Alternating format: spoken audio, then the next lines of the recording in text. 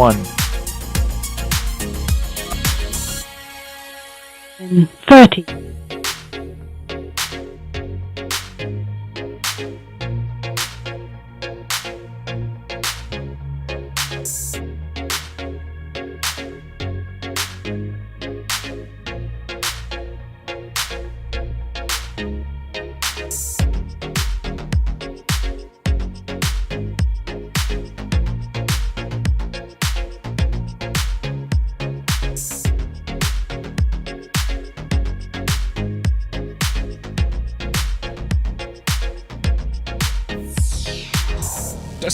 Testing.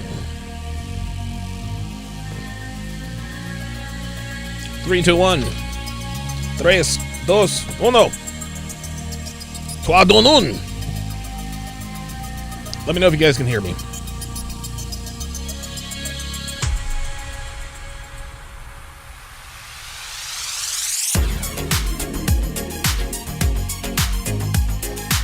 Yep. Nope. Finish him.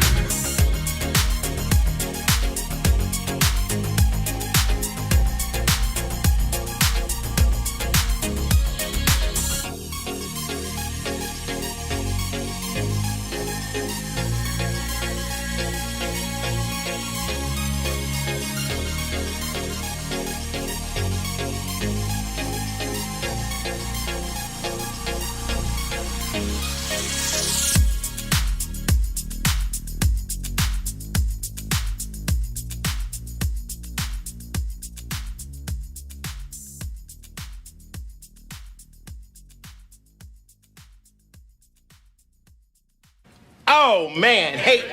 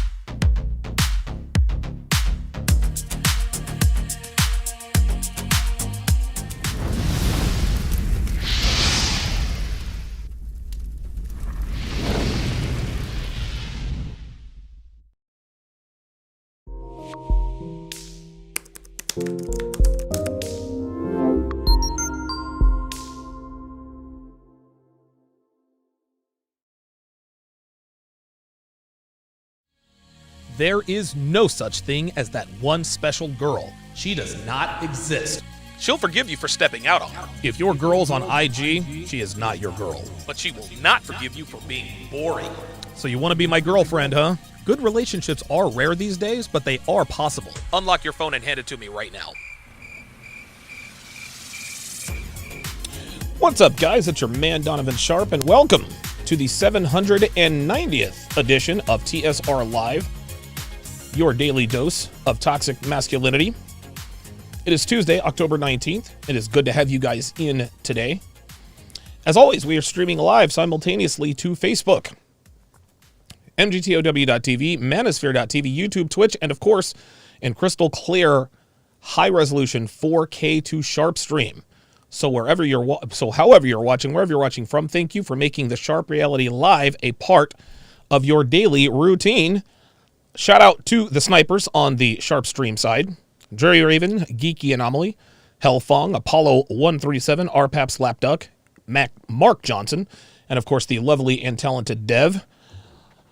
On the YouTube side, shout out to my sharpshooters who are in the house: Dr. B84. Thought he was double dipping. I guess not. Nabil Khan, King Life is in the house. Chris Johnson, Jerry Raven double dipping. Josh Mays, William Osborne in the house. Appreciate you guys joining me today. Look, we're not going to waste any time. I was going to break down an article on bold.com before I got started with this Kevin Samuels video, but I'm going to table that for another day. Let's just go ahead and get right to it. So Kevin Samuels had a live stream last night, and he asked the question, is it over for modern women? In other words, is it too late for black women? Is it over for sisters? Now, I'm going to be opening up the phone lines a little bit later on to get you guys' opinions. But for now, let's just go ahead and get started and jump right into the video. Here we go. How are you? Next, Aaliyah, you're up next. Good. How old are you? I'm 37. All right. What do you got for me on the topic?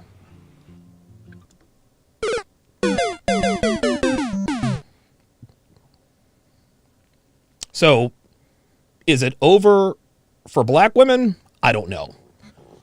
I imagine at some point we will probably decide that.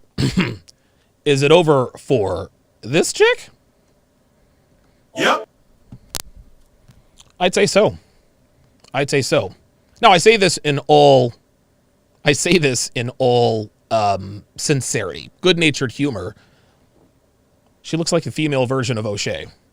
Not saying that to be cruel. I'm sure O'Shea would probably agree with me, but she looks like O'Shea Duchess Jackson. So this is my first time just log in. So what was the topic today? No. Don't be doing that. Look, ladies. Okay, I'm gonna be nice. Why do y'all just jump on here? I have a topic. Have you ever watched my show?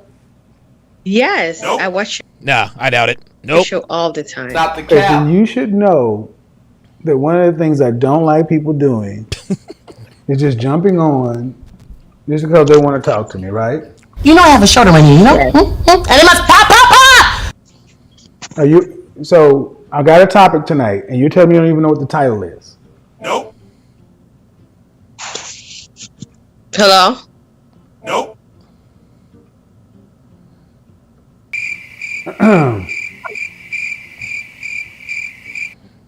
See, that's the type of bitch that just wanted to get on, like making an appearance on Kevin Samuel's show. That's akin to like being on TV. Like, dude, honestly, I don't know how television ratings work, but my guess is that Kevin probably gets more live viewers on his Monday, Wednesday, and Friday live streams than a lot of television shows get viewers. I'm not saying, I'm just saying uncomfortable truth on the YouTube side says they don't listen and just want attention. Yeah, that seems to be the size of it.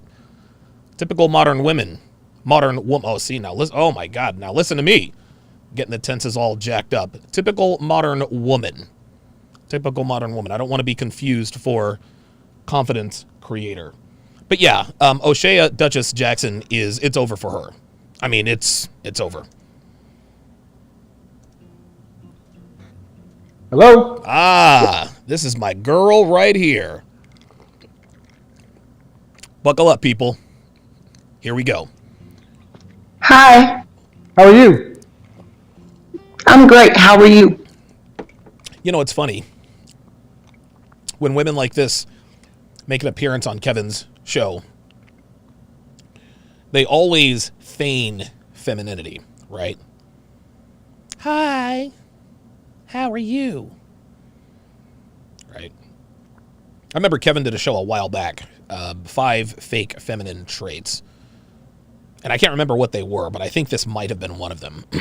Now, you will notice that she seems very feminine now. Pardon me. But as the interview goes on, you will see that she becomes less feminine, which is par for the course for today's modern women. I am well. How old are you? Did you guys hear that? Let's rewind that. Let's listen one more time. Hello? Hi, How are you? I'm great. How are you? I am well. How old are you? Oh no. Oh no. So my free ebook, 16 Ways to Immediately Disqualify Her for a Long-Term Relationship, which you can get at donovansharp.com/newsletter.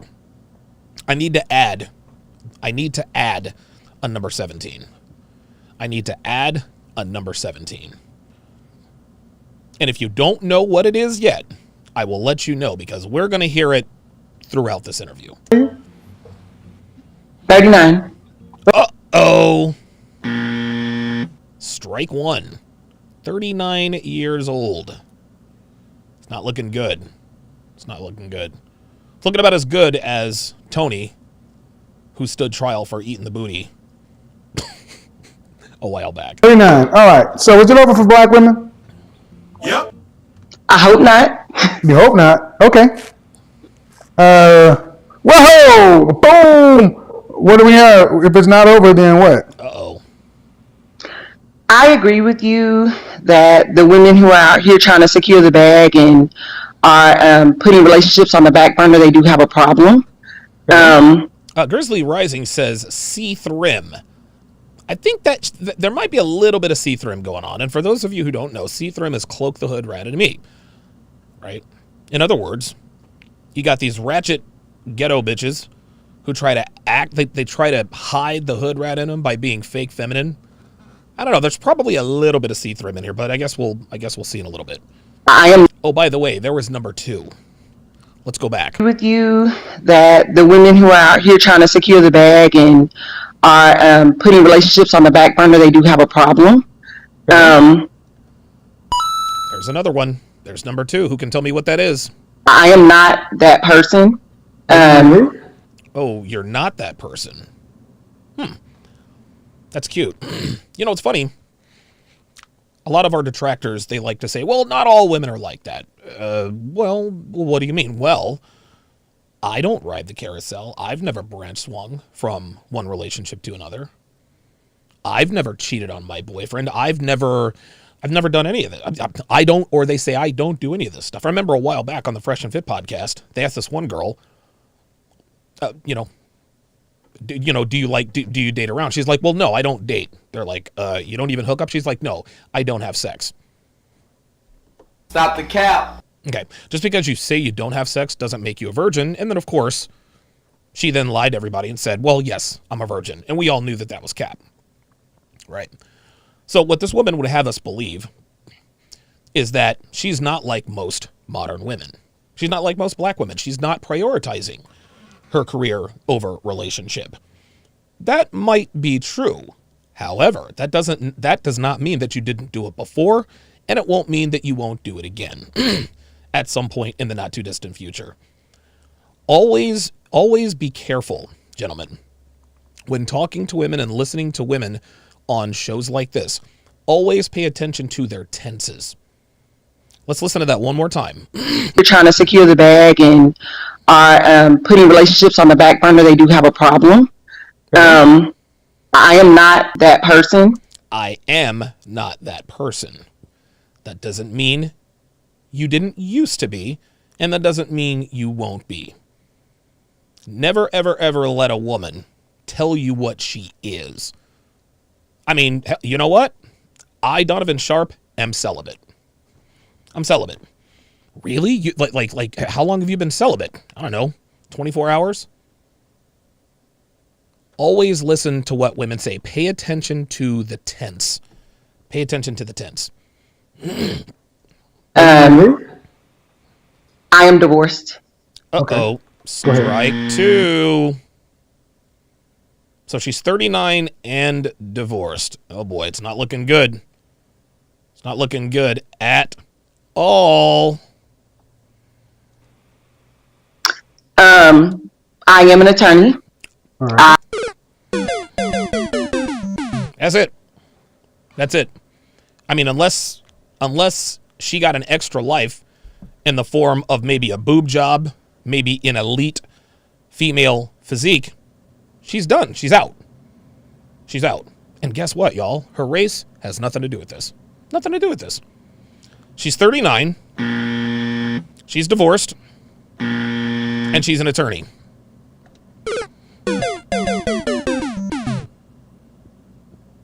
But Donovan, when you met Devin, she was 39 and divorced. Touché. But she was not an attorney, and she doesn't have some of the other baggage that this woman will reveal here in just a minute. I own my own business. Oh my God. Oh boy. Oh man, this keeps getting worse. Okay. I do actually have employees, so I'm not just the CEO of one. All right. But Why are you divorced? I'm always curious as to why successful women are divorced. I was married to a beta male. Wait, say what? You were married to a beta male, so what, we're using men-centric vernacular? Married to a beta male. Okay, all right. Okay, but you married him. I did. So why does that? I gotta ask. Here we go. You married him. You took the vows. So when you signed the divorce, you said, "I'm going to sign this dissolution of marriage, and the cause is beta male." No. All right, what was the cause? Well, then what was it? There it is again. There it is again. Guys, I'm here to tell you, man. I'm here to tell you. It's not that difficult to disqualify women for a long-term relationship. It's not. And every once in a while, we will run across a man or a group of men who say, well, I've dumped women for less, right? Solo TV 84 said he dumped a hot girl because she couldn't make eggs. Now, we all made fun of him, but that was stupid. Like, that was dumb. Like, unless you have, like, I don't know. Yeah, listen, I guess Solo had a bunch of hot girls in the waiting, but unless you have, 5 or 6 hot girls, like, trying to get with you, her not knowing how to make eggs, that's a pretty lame reason. Now, that doesn't mean that Solo is lame. Solo likes his eggs. His eggs are very important to him. They're actually very important to me as well, actually. Devin happens to make eggs very well. So I will not be kicking her out of my life, at least not anytime soon. Right? The point is that men disqualify women for relationships for the dumbest reasons. One such, quote, dumb reason that isn't that dumb is she does not have the wherewithal, the mental wherewithal to replace a $1.63 9-volt battery in her smoke detector. Now, on its face, a chirping smoke detector in the background doesn't really seem like that big a deal. On its face, it's not. Right? On its face, it's not. But when you consider everything that goes along with that, for example, we disqualify overweight women for relationships because they're overweight. We're not sexually attracted to that. But beneath those layers of a woman being overweight, a woman who's overweight lacks discipline. She clearly doesn't take care of herself. She doesn't exercise. She doesn't eat right. She suffers in all other areas. A person who is overweight or obese is showing the world that they're not disciplined enough to stay in good shape. Does this mean they're bad people? No. No, listen, just because someone's undisciplined does not mean they're horrible people. Right? But when Devin was going through her divorce with her ex-husband, she hired a female attorney who was a little bit rotund. And Devin was not trying to divorce Ipar, her husband. They didn't have any kids. They had a little bit of money. They split everything down the middle. But Devin's first divorce attorney, she was absolutely terrible. I think Dev paid her something like $7,500, and the woman literally did nothing. At all of these hearings, it was as though, it's funny because Devin told me that her ex-husband knew more than her attorney did. She ended up having to fire her attorney because she appeared to be incompetent. Right now, listen, the State Bar of Nevada obviously recognized her as a competent attorney, but the fact that she was lazy, didn't get anything done, well, of course, she was overweight, and being overweight spills into other avenues and aspects of your life. If you are overweight, chances are you're probably not disciplined in other areas. God only knows how she got through law school. Well, a woman who does not prioritize changing the 9-volt battery in her smoke detector while on Kevin Samuels' show, seeking advice from him on how to lock down a man as a 39-year-old divorcee attorney, not a good look. Not a good look. If you have your smoke detector chirping off in the background, that says a lot about you. He filed for divorce. Okay. Stop the cap. He filed for divorce, did he? Let's keep going. Why? This is funny. He says why. She looks back and forth, back and forth. Let's see what reason I can come up with to make this story sound legit. Now, I'm not saying he filed for divorce. I'm not saying he didn't. But when you say he filed for divorce and Kevin asks you why, you're looking in the air for 5-10 minutes. I don't know. He said I was too controlling. Okay. No, an attorney too controlling? I can't believe it. Are you? Yep. I don't think so. Sweetheart, he didn't ask you if you think so. He asked you if you were controlling. Donovan, are you a maniac? I don't think so. No, it doesn't matter what I think. It matters what the people around me think. Donovan, are you high value? Yes. Doesn't matter what I think. Matters what the people around me think. This is what women love to do. When asked a question, they can never, ever, ever admit fault. They can never admit fault. Ever. RPAP on the Sharpstream side says, I've never met anyone willing to say something unflattering about themselves. Yes, namely black women. Shit, women in general. Hell, let's not put it on black women. Women don't want to say unflattering things about themselves. Right? He filed for divorce. Well, Kevin asked her, why? Well, because he said I was controlling. Are you controlling? I don't think so. Wrong answer. Doesn't matter what you think. Matters what he thinks. So your beta male husband, who you provided for, left the money. Yes.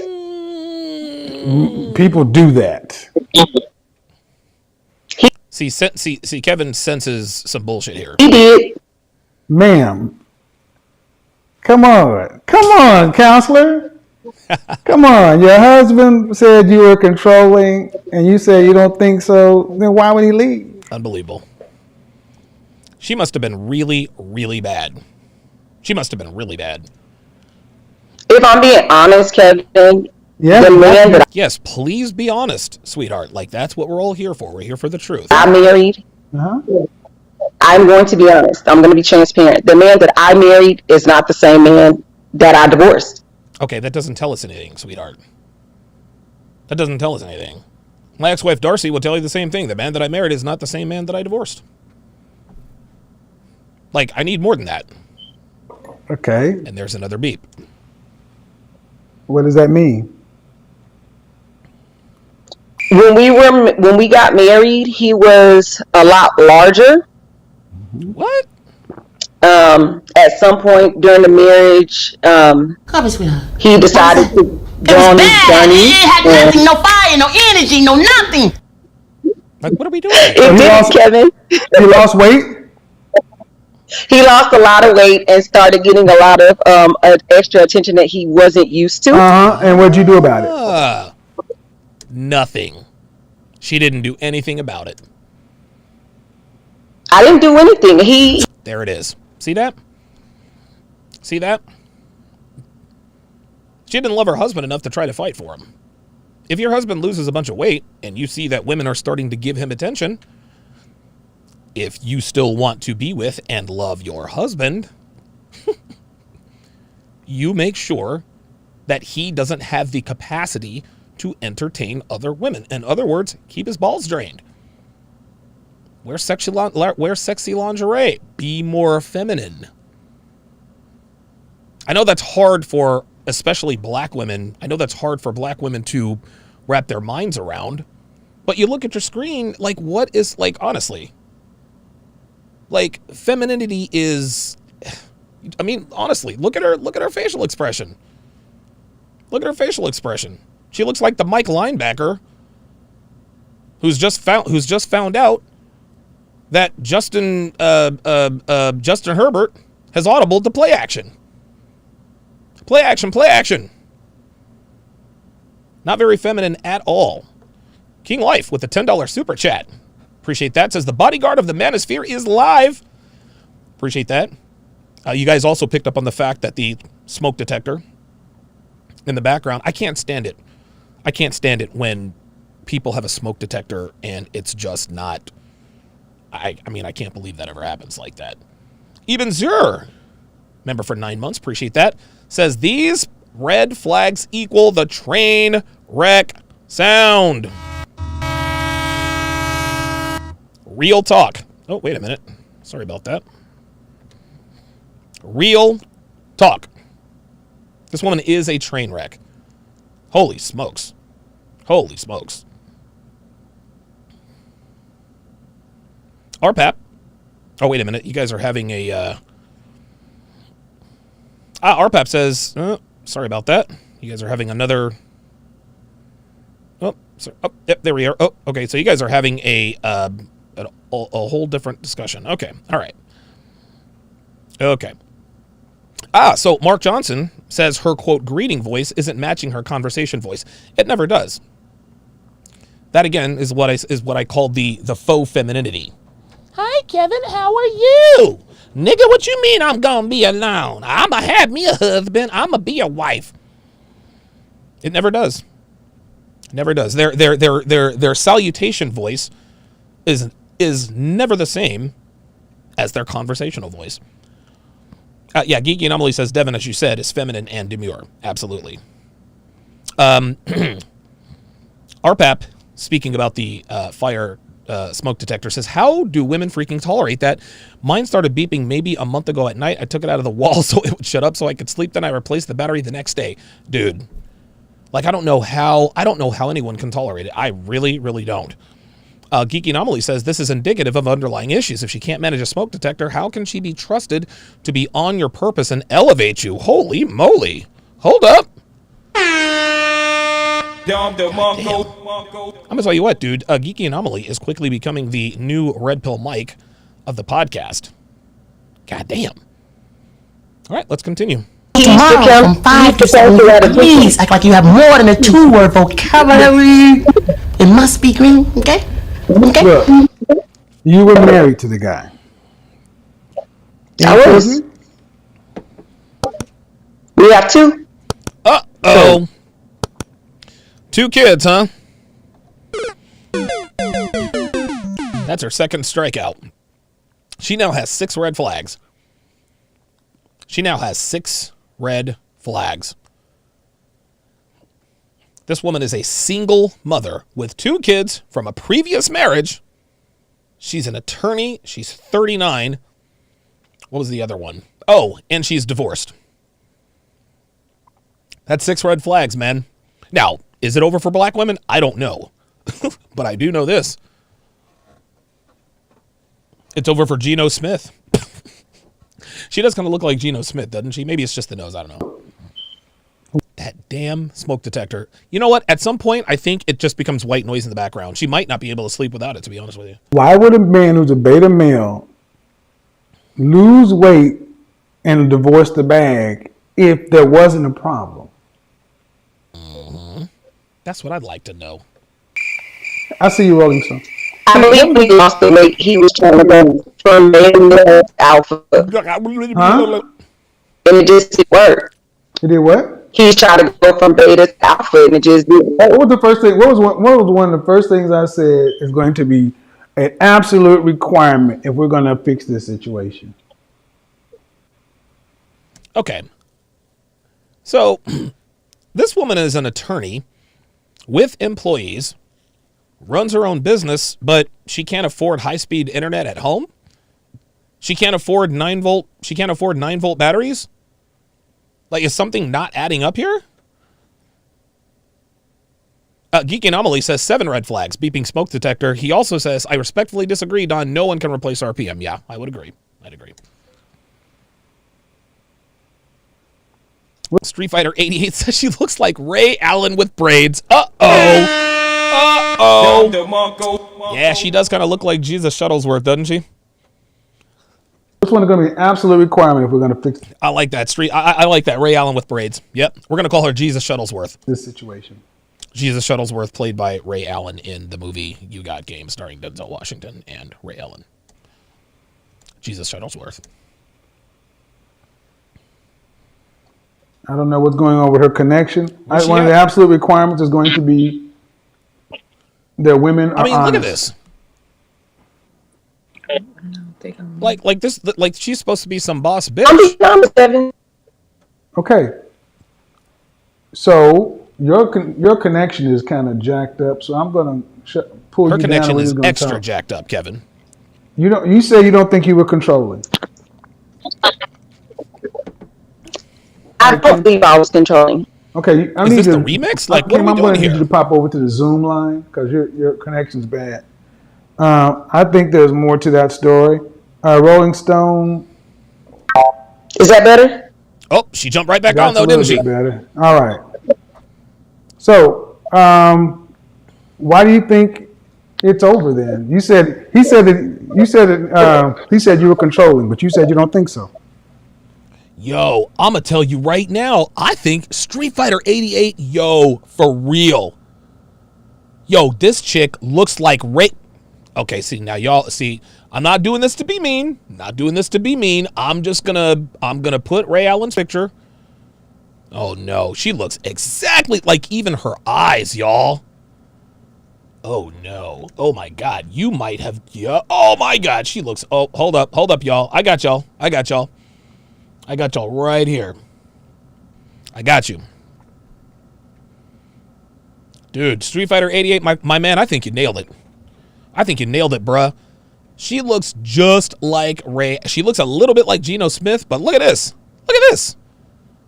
Look at that. Are you kidding? The shape of her mouth, her nose, even her eyes. Like, if I were to put Ray Allen's picture here, wait a minute. Is that Ray Allen, or is this the 39-year-old divorced attorney with 2 kids?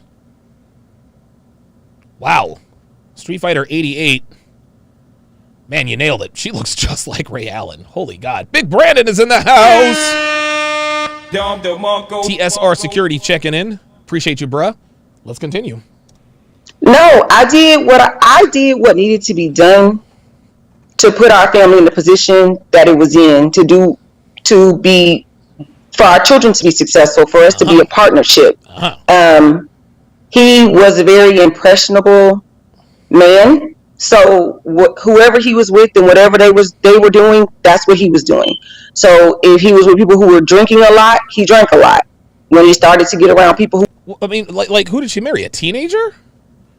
Like, why? Like, honestly, what kind of man are you marrying who is so impressionable that he always does what people around him are doing? That doesn't sound like a man at all, actually. he went to the gym a lot. Uh-oh. Is he remarried? No. Okay. Go ahead. So he ended up with friends who, Like, on the real, if I'm double teamed in the paint, I'm kicking it out to this chick. Like, real talk. Like, if I'm double teamed in the paint, I'm gonna kick it right out to her. She's gonna hit that all day long. were married, because before he didn't really have any friends. It was just us. So then So she married a beta male who didn't. She married an impressionable man who she described as a beta male who didn't have any friends. I wonder how old this dude was. I mean, did she marry like an 18-year-old boy? Because that's kind of what this sounds like. It doesn't sound like she married a man at all. ended up with friends that were married. Those friends had wives that worked 9 to 5s. The friends worked 9 to 5s.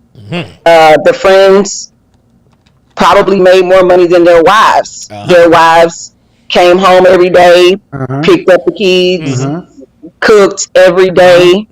That wasn't our lifestyle. And this is why you're divorced. That's one of many reasons your husband divorced you. You were controlling. You obviously made more than him, and especially with black women believe this is really where sisters really take themselves out of the market for high value men. They believe that if they make even close to the amount of money you do, that you do not have any authority over them. Nigga, I make more than you, or I make as much as you, or I make XYZ. You can't tell me shit. You're right. I can't tell you shit, but I can tell you get the fuck out of my house. Right? Like, money doesn't mean, especially for a woman, money doesn't, for a woman, just because you make money does not mean that you are exempt from following an authoritarian figure. Like, that's just the way of it. And I listen, guys, you know, I've said this for years. I've said this for years. I mentioned this back in episode, 85. The more money, the more status, the more influence a woman acquires, the further she shrinks her pool of potential suitors. You see, the only man that this woman feels like she can date, or that can date, and it has nothing to do with her. It's the biological hard drive. Women simply will not date down. They will not marry down. And when they do, they have zero respect for their husbands. None. No respect. Of course he divorced you. He lost weight. He's getting attention from other women. He's looking at his homeboys' wives, coming home, picking up the kids, making them, making everybody, being wives. No, you got to be the bad bitch with the big law firm and be the attorney and being the the breadwinner. That's why your man left you, sweetheart, because you are not a wife. That's why. But no, ma'am, you wanted a wife. I didn't want a wife. Yeah, you did. Yes, you did. Look at her. You see that smile right there? That smile right there is her admitting with her face that she knows Kevin is right. She knows Kevin's right. Everything you're describing is a wife. There it is. Because you're a husband. But I did cook, Kevin, and I did pick up the kids. Stop the cap. No, you didn't. How the fuck did you have time to cook and pick up the kids if you're running a law firm? I swear to God, man. I swear to God. Women think that just because they say something, that it automatically means it's true. Well, I said it, so it must be true. Nope, not exactly. Nope. Something's not adding up. You can't be this bad bitch attorney running a law firm and employees and still be super mom. Doesn't work that way. And you can tell by the way she's smiling that she knows she's lying. No, see. Look at her. See? You see that? Yeah. That is what we call a smile of admission. She knows she's capping. And she knows Kevin knows she's capping. As Thomas Paine just said. Stop the cap. Have you been watching this show since the beginning? Uh-oh. I have not, but I have been watching it for the last couple of months. Uh-oh. Have you watched this show today from the start? Uh-oh. No, I had to get my kids in bed, so I got on a little late. Well, you sitting there arguing with me. You're the divorced woman, and I'm telling you, you're a damn husband.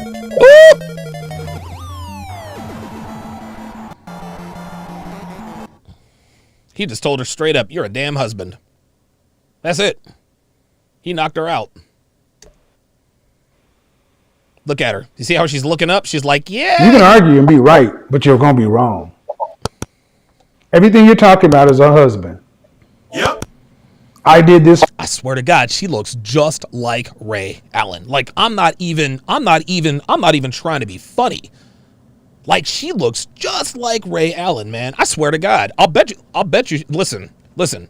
She might be an attorney, but how much you want to bet her 3-point percentage is like 45%? NBA range. Am I wrong? Am I wrong, fellas?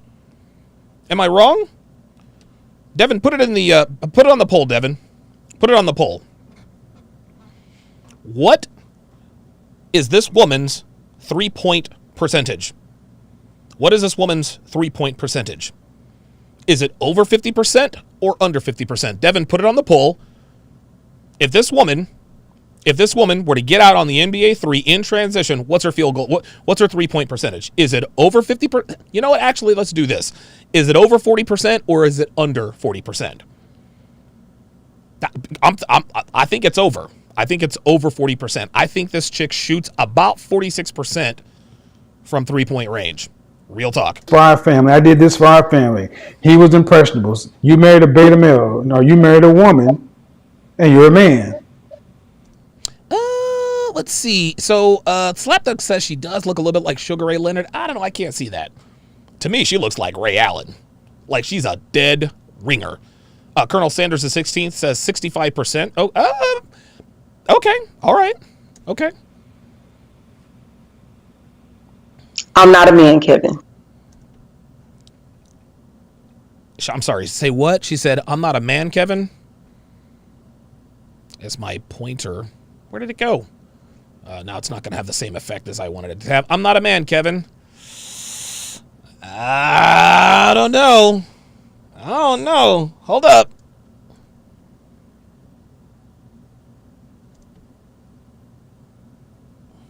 I'm all women. No, you married a woman and you're a man.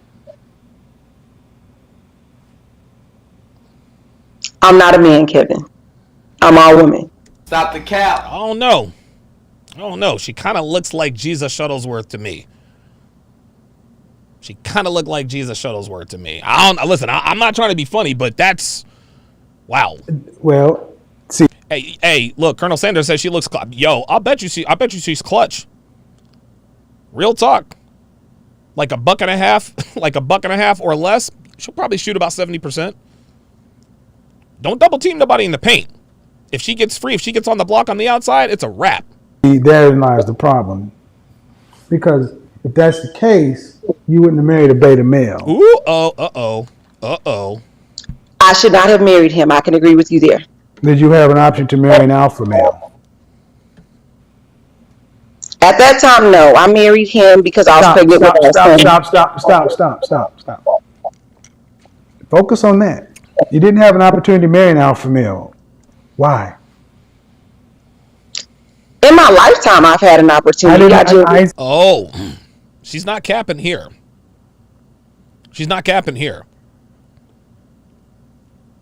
She absolutely is not capping here. She says, in my life, I had an opportunity to marry the alpha male. And this, gentlemen, is the quandary, the quagmire of today's modern women. I had the opportunity to marry an alpha male. Yeah, I'm sure you did when you were 20, 21, 22 years old. But because modern women believe that high-value men are always going to want them, I got time. I'm good. I'm solid. There'll be others, right? I'm sure someone at law school probably wanted to marry her. Maybe. Thomas Payne says Rajon Rondo is still pissed off. Yo, Rajon Rondo feels some type of way about this chick. So, guys, they always pass up the alphas. They always pass up their best opportunities. This is funny. Modern women, especially modern women in their 30s, where have all the good men gone? I can't believe men are not approaching me. Baby girl, you had plenty of chances when you were young, hot, and fertile. This is black women, white girls, Hispanics, Asians, all of them. You have men throwing themselves at you, offering you the world. Listen, I'll take care of you. You'll never want for anything. No, I'm okay. I have time. All right. Okay. Then when you're 39, divorced with 2 kids, now as a single mother and an attorney, you actually have the gall to sit here and say privately, well, I've had opportunities to marry an alpha male. What, are we supposed to give you a fucking cookie for that? What the fuck didn't you marry these guys for then? What was the problem? What tends to happen is a lot of women say they want to do things differently, want help but it's hard for women to admit fault. Double H says, or Lisa Leslie. Lisa Leslie looks good. That's the best looking 6'4" chick I've ever seen. They really don't want to admit fault. No, they never do. So they will change the narrative, change whatever. Ma'am, anybody who's listening, any man or right-minded woman who's listening heard a man in you talking about your husband as a wife would be spoken about. Yes, sir. A woman who's a all woman would have an alpha male or a provider male interested, but you didn't have those interested. See? And what happened when she did, Kevin? You gotta, do you not see that logic? I hear you. Uh-huh. Okay. What's hard to hear? This is funny. She knows Kevin is right. She's not taking, she's trying, she hears what he's saying, but she doesn't want to admit it. She hears what he's saying. She knows he's right, but she will not concede. She will not concede that Kevin is right. She won't do it. This is you, man. This is you. Sucking up everything but this knowledge. Real talk, Tevin. Real talk. Kevin's giving her all the knowledge, but all she's trying to do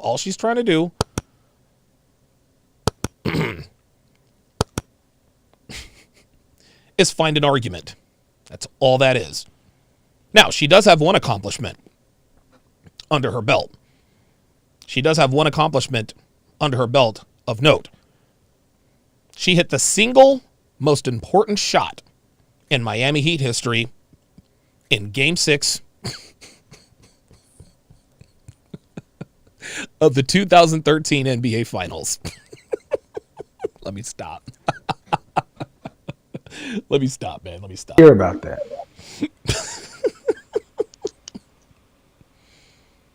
The circumstances. Oh, here we go. Here we go. And that time in my life, I needed a beta. What? And then. Hold up. No, the fuck you didn't. Say what? Hold up. The circumstances. Uh-huh. And that time in my life, I needed a beta. And then when I was ready to end the relationship. So why'd you need a beta? I was going through a lot. I had just come out of a relationship with an alpha, and it just ended. It didn't end well. Oh. Why did you need a beta? The way he looked after me and cared for me at that time. Oh. So again, you went and sought a weaker man. No, I didn't look for him. Yes, you did. You said I needed a beta. That's exactly what she said. I did eventually. No. You went and got him right now, baby girl. No, eventually you chose him. You chose to reproduce with him. Because when you came on. Whoa. He chose to reproduce. She chose to reproduce. I'm going to just put this out there. I'm not entirely sure that her first child with her husband is her husband's, her now ex-husband. How much do you want to bet? She was pregnant with the alpha's child when she met this beta. How much you want to bet? She said to the alpha, hey, I'm pregnant. How far along are you? 3 weeks? He said, really? Bet. And he dipped. She said, yo, I got to lock someone down quick because I cannot raise this baby financially on my own. I'm not going to do it.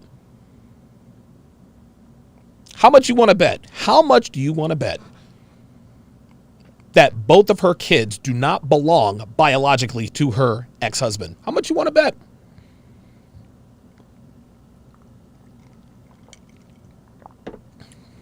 Those are the circumstances under which she needed a beta. She says, oh shit, I'm pregnant with this nigga's kid. I got to find somebody quick so I don't end up a single mother. I'm telling you what, man, these women are trifling out here. Saying that he's all these things, but you chose a man who's a beta male by your definition. And you said at that point in time, I needed him because you had an alpha before that. See that? The bottom line is, it's funny to me that, have you ever sat down and had any counseling? I'm sorry? Have you had any therapy? Yes. Okay.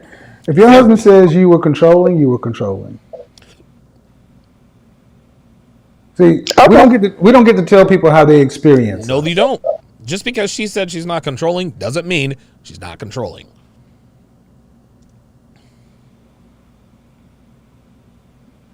That's one of the hard things about relationships. If somebody says something, you got to at least listen to it. Something tells me listening isn't one of her strong suits. Something tells me listening isn't something she does very well. Listen, for all I know, she could be the world's greatest ear. Somehow I doubt that, very seriously. And if you're an attorney and have employees, you're used to being in charge. That's right. I am. Yeah, but can you ever have somebody tell you to shut up and sit down? That's what I want when I get home. I get tired of being in charge all day. Now that's real. That's real. What you just said right there, she's like, yo, I get tired of being in charge all day. Being in charge is not the natural state of a woman. It's just not. She's in charge of, probably men and women all day long. She wants to come home.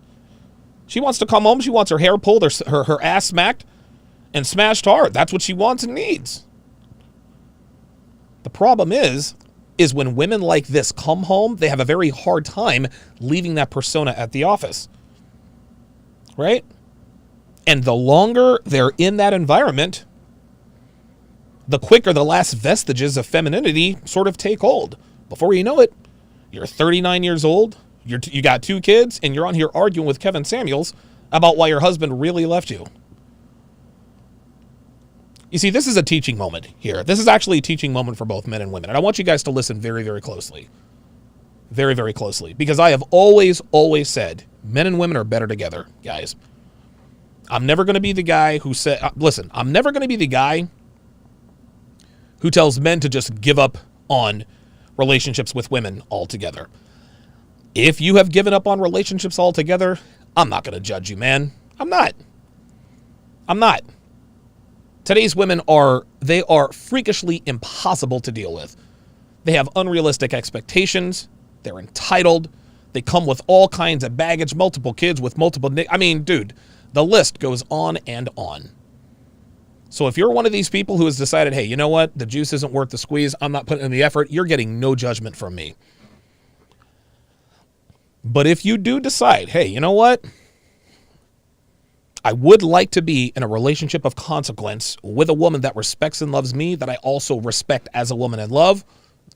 What you have to understand is you need to avoid women like this. All right? Any woman who says she's in medical school, law school, any woman who is interested in rising to the corporate ladder, any woman who travels for work, any woman who is in a supervisory position, guys, she's not going to make a very good girlfriend, definitely not going to make a very good wife, and will definitely not make a good mother. If you want to avoid the situation that her ex-husband now finds herself in, gentlemen, you have to avoid women like this. And I'm not saying that I'm not saying she's a bad person, right? And we'll find out why she is the way she is a little bit later on in the interview. But guys, I'm not just here to point out the problems. I'm here to give you the solutions. Gentlemen, if you don't want a bitchy, controlling wife who talks down to you and emasculates you, stay away from women like this. Men, a lot of guys out here say, well, I need a boss bitch. No, you don't. Unless you're a hobosexual, unless you're looking to live off a woman, which is some bitch shit in the first place, there's no need for you to be dating a doctor, a lawyer, any sort of executive, because you can't tell these women anything. And it's not that this is not who they want to be. You can tell that this woman does not want to be this way. She doesn't.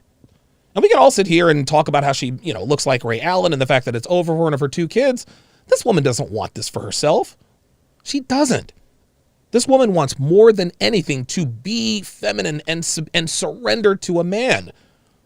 But she has been in corporate America. She's run her business for so long, she has quite literally forgotten how to be a woman. And who can blame her? She can't have feminine personality traits and run a law firm. It just doesn't work that way. No, to run a law firm, you got to be a fucking killer. You have to act like a man. That's what it takes. This woman doesn't want this. You can tell. This is why she's talking to Kevin. And truthfully, I feel for this woman, but her feelings are not my problem. They're really not. If you want to avoid being in the situation that her ex-husband now finds herself in, avoid women who are in pre-law, doctors, lawyers, any sort of executive, whatever.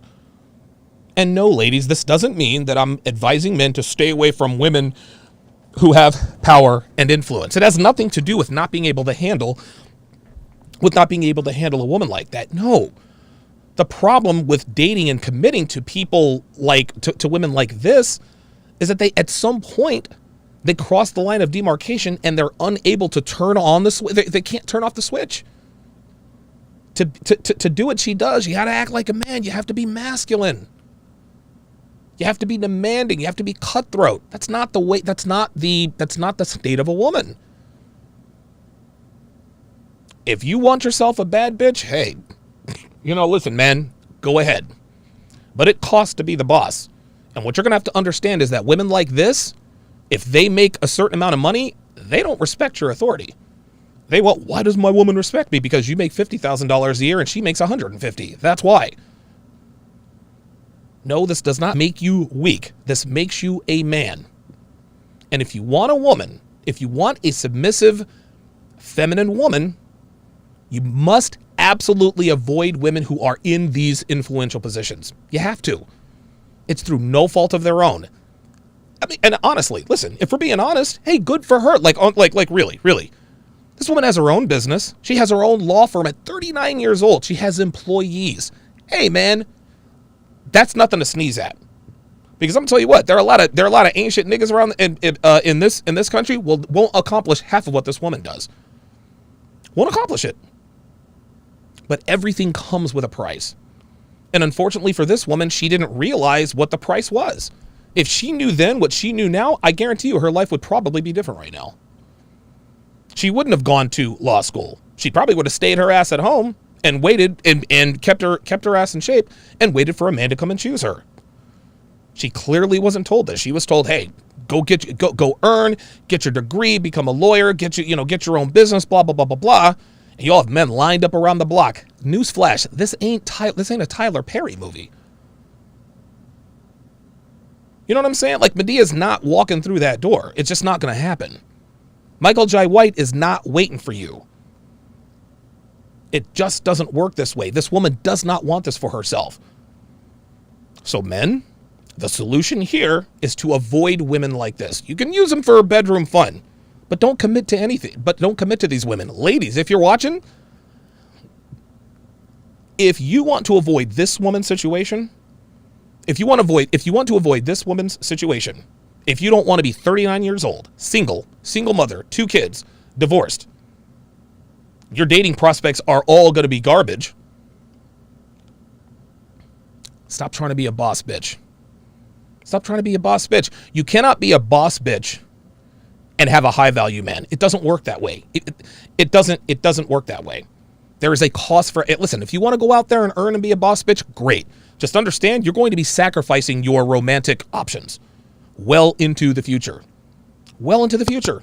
And again, congratulations to her for accomplishing what she's accomplished. Good for her. Unfortunately for her, it has cost her true happiness in her romantic life. She's a cautionary tale, ladies. She really, really is. So Devin put on the poll, what is this woman's 3-point percentage? What's her percentage stroking, pardon me, stroking from downtown? Looks like 158 of you voted, 161 actually. Under 40%, 37% of you guys said she shoots under 40, over 40%, 62%. I'm going over 40%. Actually, you know what? I can look that up right now. Hold on.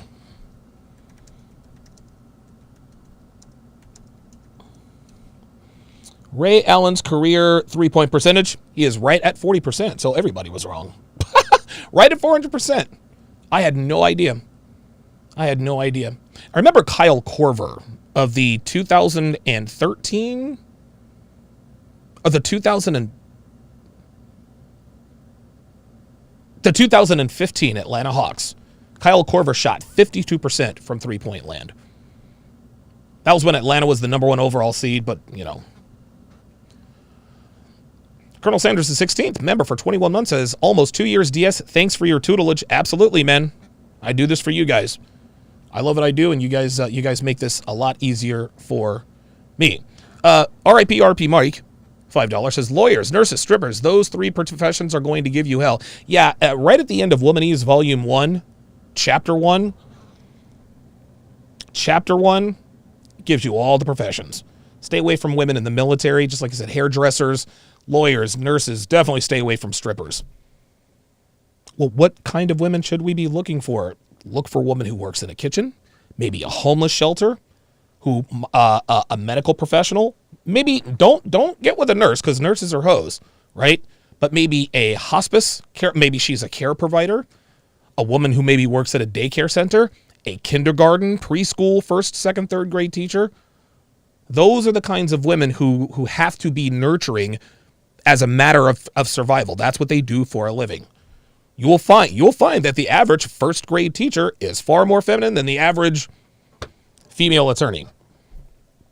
Now, when you play pickup ball with your boys, not going to be able to count on her as much as maybe her. That's how this goes. Let's continue. But would you know how? But can you get it? I think so. How do you think? What do you? She's a victim of prosperity preaching. If you believe it, if you visualize it, you can have it. No. Double H says, how many strippers say they're going to nursing school? All of them. All of them. Dude, don't get me started. Yeah, actually, let me answer. Let me re-answer that. How many strippers say they're going to nursing school? Yes. That's how many. I think the number one thing is that would be able to draw that kind of thing to you. Femininity. I don't know how to draw that thing to me. There it is, guys. There it is. She has no idea how to draw a masculine man toward me. She has no idea. No idea. Look at her. She really is clueless. You want to know why she's clueless? Because she's 39. She runs her own business. She's a lawyer. She owns a law firm. That's why. How can we expect her to know how to be feminine if she's an attorney? You can't be feminine as an attorney. You can't. And that's my question. Femininity. There you go. God damn, that fucking... Look at her. It's like she's finding... Holy shit. Look at how long... Watch this. I don't know how to draw that thing to me. Now, watch how long she sits there and looks at the screen. Watch. And that's my question. Femininity. Look at this. The opposite of what you do. Dude, her mind... Look at this. Her mind is blown. She's like, holy fucking shit. Are you... Wait, what? Look at her face. She's like, femininity. Wait a minute. Like I've heard the word before, but I didn't know it was a real thing. Look how shocked she is. Her mind is blown. And of course, as an attorney, she can't really show that, right? Your entire life is structured for masculinity. There it is. So if it's structured for masculinity, Dude, she hasn't not said surprising anything you in draw a 12 feminine seconds. man to you. Okay, so Ma'am, this is a bigger topic though. But go ahead. So what do you suggest? In my history, I was raised by my mother. Oh boy. My father. Hold up. Go ahead. So what do you suggest? In my history, I was raised by my mother. Mm-hmm. My father was not present. So, okay. So she raised what I me. suggest for what? Oh boy. Raised by her mother, her father was absent. And you know what? That's a shame because that's not her fault. It is not her fault that her mother chose to procreate with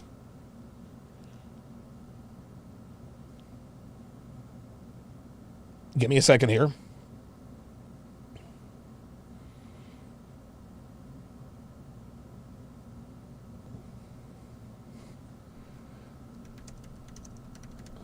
It is not her fault. It is not her fault that her mother decided to procreate with Walter Ray Allen Sr. Walter Ray Allen Sr. By the way, fun fact, guys. Ray Allen's first name is Walter. Walter Ray Allen. Ken Griffey Jr.'s name is not Ken Griffey Jr. His name is George Ken Griffey Jr.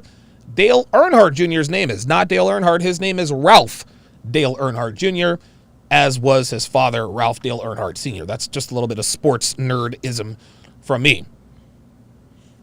But all jokes aside, guys, all jokes aside, the fact that she was raised by her mother and had an absentee father, that's not on her. That's not on her.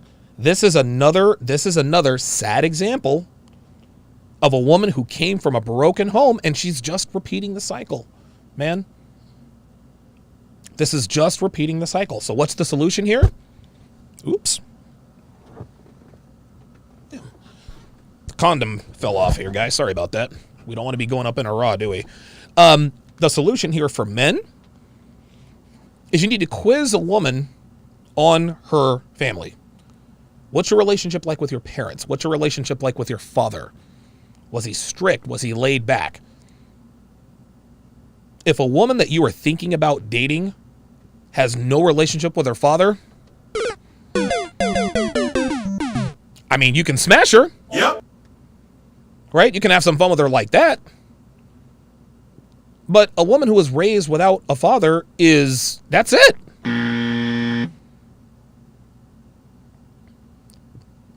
Why do I have all of these problems with my girlfriend? She doesn't respect me. She mouths off, blah, blah, blah, blah, blah. Well, your first mistake was that you didn't ask her about her father growing up. Amy, the 19-year-old that I fell in love with, who absolutely just turned my life upside down, same situation. Her father was abusive, in and out of prison. Had no father figure. This is why she had a child at the age of 14 years old with a man almost 20 years her senior. She was 19, I was 31. That's why she was drawn to me. Is because I was much older than she was. This is the kind of damage that is done to women who are raised without their fathers. And again, I'm not putting this on this woman. I'm not doing that. We all know that it's over for her. We get it. Not her fault, man. That being said, her daddy issues are not your problem. It is not up to you. It is not up to you to rescue her. It is not, you cannot right all the wrongs that this woman has endured in her life. It sucks, but it's true. It really does. Black Gnostic Speaks with a $5 super chat says, welcome back and give him hell, man. Hey. Shout out to BGS, man. Shout out to BGS, dude. He was him and another guy, Red Sings the Blues.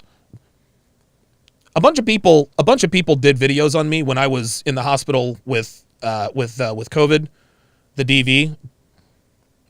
And just about every video was basically just me kicking me while I'm down. Right?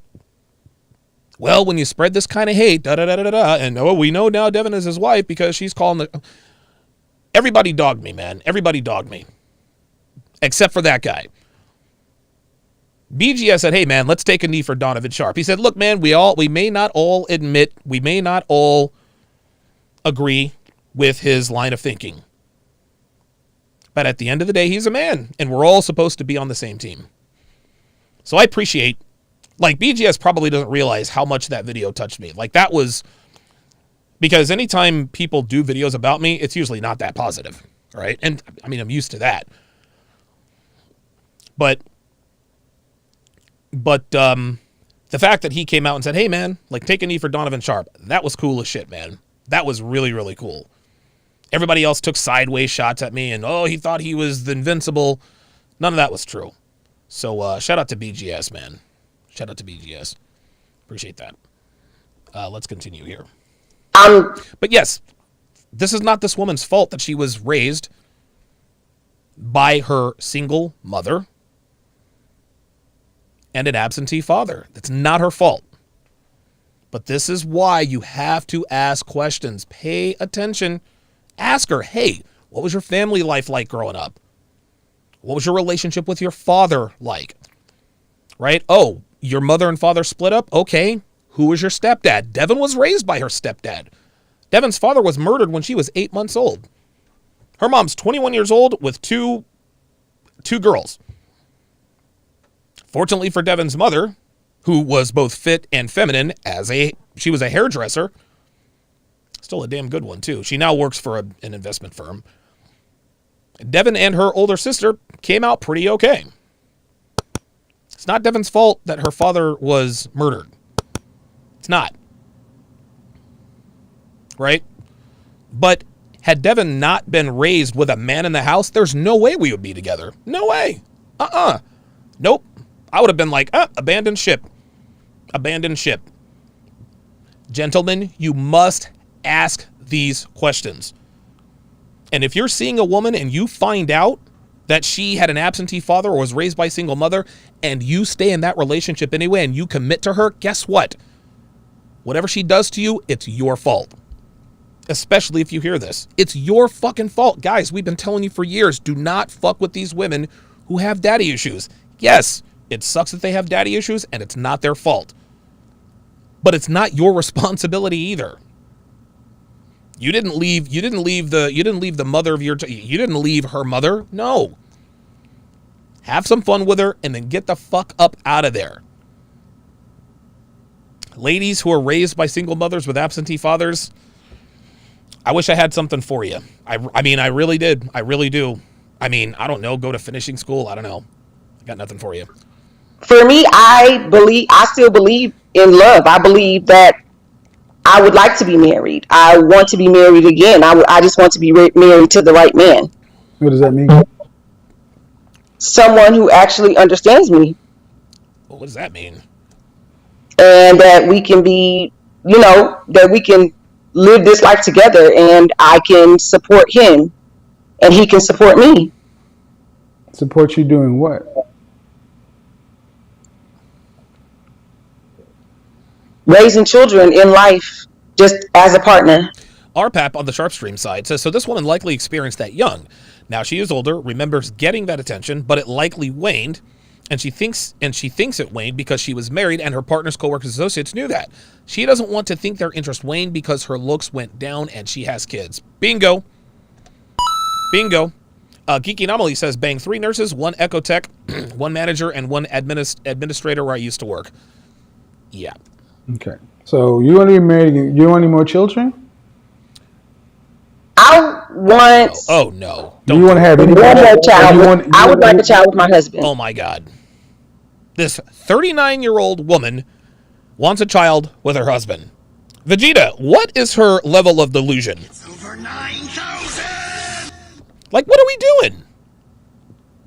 You're 39 years old. See, now this is on her.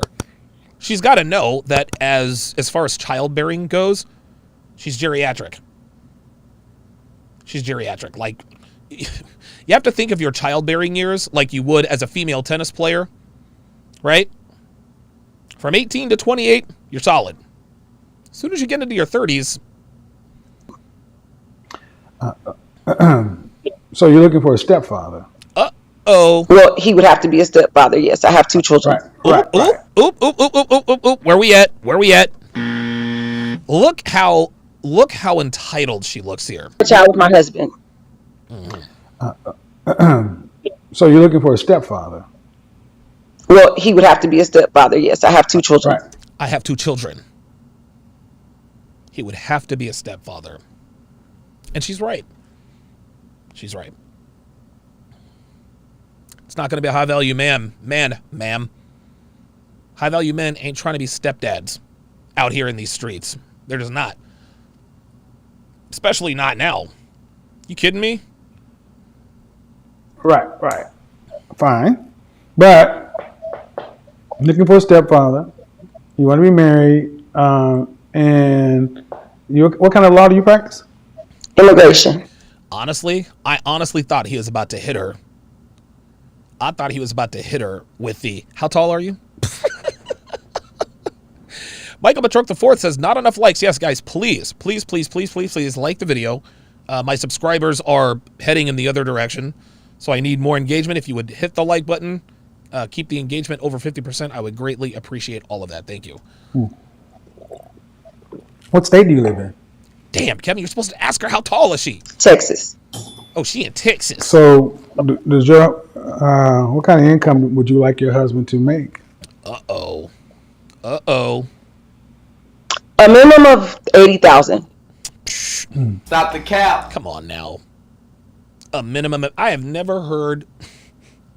Well, listen, maybe she's more aware of her sexual and relationship market value than she might be more aware of it than we think.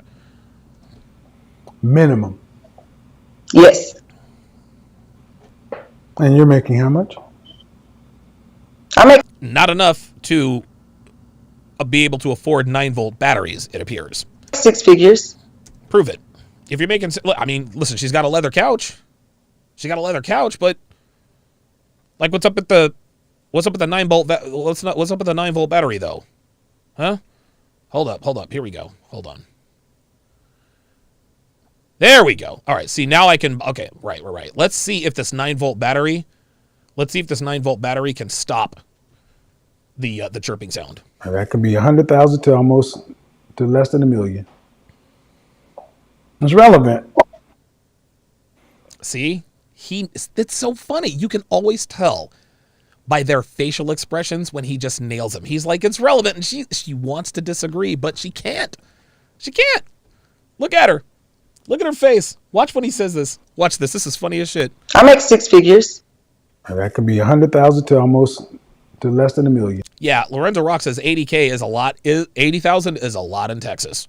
Oh, yes, it is. 80,000 is a lot in Texas. No state taxes, y'all. Texas is probably one of the best kept secrets in terms of quality of life. It was for Devin and I. We were thinking we had it down to 2 states, Texas or Nevada. We chose Nevada, but it was not an easy decision. It's relevant. Watch, look. She's like, "Oh, you got me, you motherfucker! You saw that?" I make over $200,000. Woo! So you want to be the majority breadwinner? Oh, I don't mind. sweetheart, you're going to have to be, because any man making over $200,000 a year doesn't want a woman who's 39 with 2 kids making 200 stacks a year. Not going to happen. And she might know that, which is why she lowered the minimum to $80,000 a year. Guys, I mean, I'm not trying to attack this woman's character. I'm not, but it's over for her. It's over. And I think she knows it. I think she knows it's over. And I think she's maybe talking to Kevin because she wants him to tell her, no, it's not over. No, you don't have to buy a dog and die alone, but I don't see this happening any other way, man. I don't necessarily want to, but I don't mind. So I asked you, what kind of income do you want your husband to make? You said at least 80. You want 80,000 minimum. So I turn around and ask you, do you want to be the majority breadwinner? See, you got to be honest. Yep. The thing is I think she has to be the majority breadwinner. Kevin, she doesn't want to be. At least, I mean, I don't know. Maybe she does want to be the majority breadwinner. But how can I put this? This is not going to add up economically. Okay? Men in Texas who make north of $200,000 a year are not checking for 39-year-olds who are just divorced with 2 kids making $200,000 a year. They're not checking for broads like this. And I think she knows that. That's why she says, all right, well, I'm just going to lower my standards, which is what she's going to have to do. And $80,000 a year? So, Kevin, I am being honest. I've heard you on the show before. Do you want to be the breadwinner, or do you want a man who earns more than you? Ideally, I don't want to be the breadwinner, but I'm not going to skip over average men. Bingo. There it is. See? This woman isn't stupid. She's an attorney. She's an immigration attorney, which is, well, that makes sense in Texas, I suppose. Right? Like, she understands that. She says, look, ideally, I don't want to be the breadwinner, but I can't overlook average men anymore. Translation: I understand my depleted sexual market value is not enough to afford me access to the men that I want. So in order to not be alone, I gotta lower my standards. There it is. It sounds like she's being realistic to me. However, if she does meet such a man, it's gonna be a repeat of the same thing. It's gonna be a repeat of the same thing. She's not gonna have respect for the guy because he doesn't make nearly as much as she does. Rinse and repeat. But again, you end up in this similar position. Because earning But over our issue 200, wasn't money. okay, Over 200,000. Oh man. Theo Woff says, I earn over 50,000 monthly. I wouldn't even consider this zombie. Well, why not, Theo? I was really going to try to quiz you, but I couldn't do it. You have spent 40 years on this planet being masculine and in charge. Okay. See that? See? She knows. So I can talk to you like a grown damn woman. RPAP says you went to fucking law school, make $200,000 a year, but don't want to be the damn breadwinner. See, that's the thing, RPAP. That's the thing. She thought she wanted to be the breadwinner when she went to law school, and now she's figuring out, if I'm the breadwinner, I'm shrinking my pool of potential suitors. She's just now, guys, I'm telling you, she just now has made this realization. It sounds to me like she's got a pretty good grip on reality. I mean, okay, so she is delusional to some extent. She thinks I'd like to have a baby with my husband. That's definitely not going to happen, right? Like I think we all know and understand that by now, right? But by the same token, she realizes, hey man, the guys I want don't want me. And you're an attorney. I can just be straight with you. Please. Yeah. Look, a man making $80,000, you're not going to respect. There it is. Because every time you have to sit down, and she knows it. Look at her, she knows it. And you go to a $300 dinner with the family. Uh-oh. If he's making 80 and you're making over 200, let's say you're making 300 together. Uh-oh. He's making 80, you're making 220. That means 2/3 of everything you pay for. 2/3 or more. So mortgage is 2/3. What kind of car do you drive? I have two cars. I have an S-Class Mercedes and a Yukon Denali. Yo, it is a wrap for this chick. The bitch has a Yukon Denali and a Mercedes E-Class, making over $200,000 a year. Hey, look, again, congratulations. Congratulations. She has accomplished more. She has accomplished more than most men in this country have accomplished. But that comes at a price. It comes at a price, man. It comes at a price. And you can see that she is starting to, I think she's already done the math. Listen, I disagree with Kevin. I think she doesn't want to be the breadwinner. At least she doesn't right now.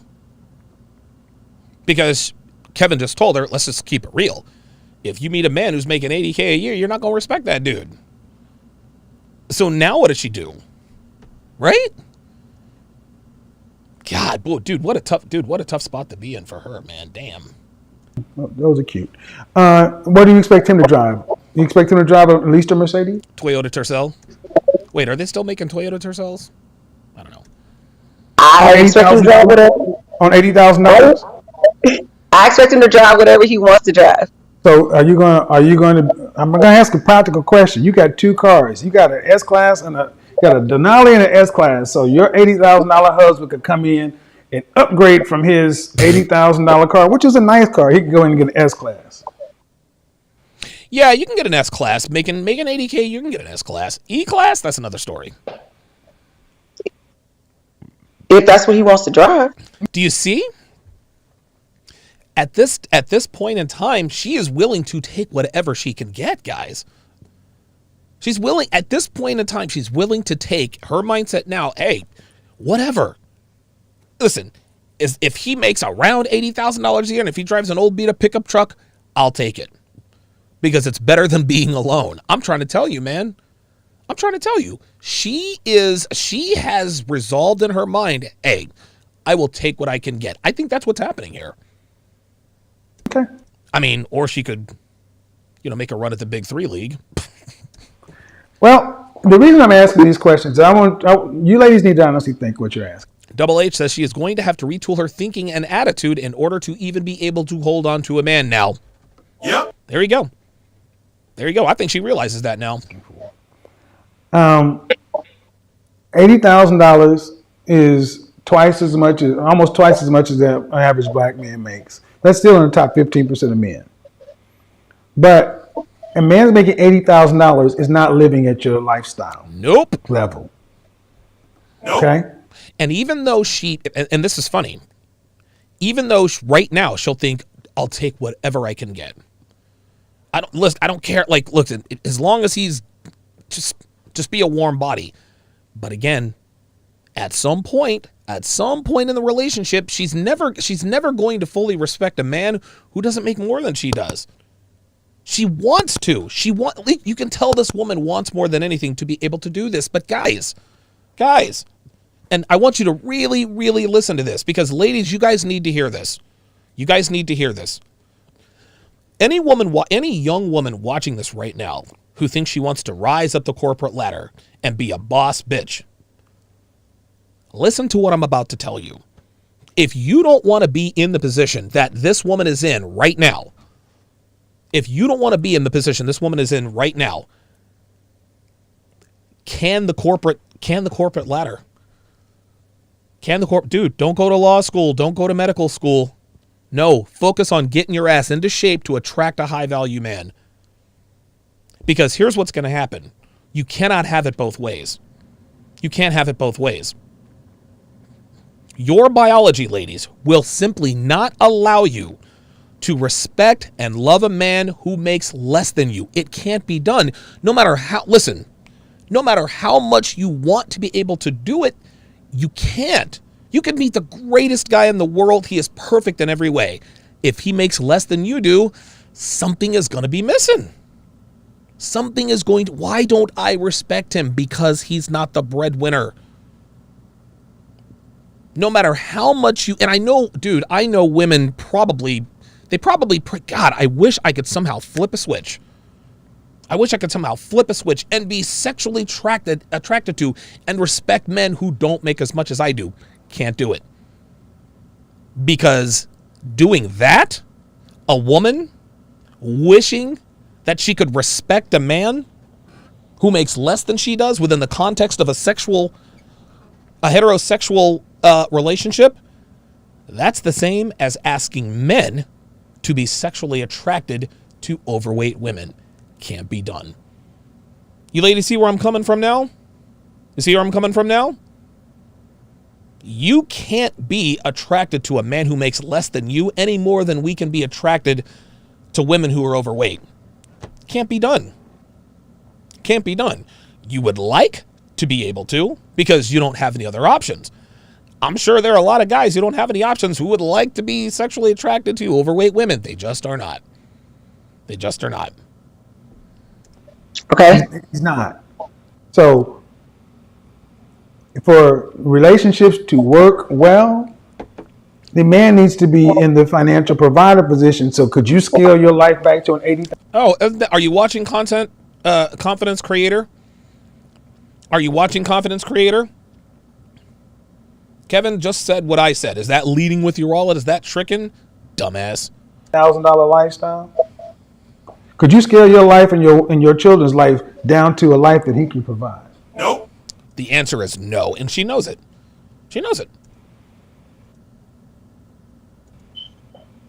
That damn smoke detector. By himself? Yeah, just him.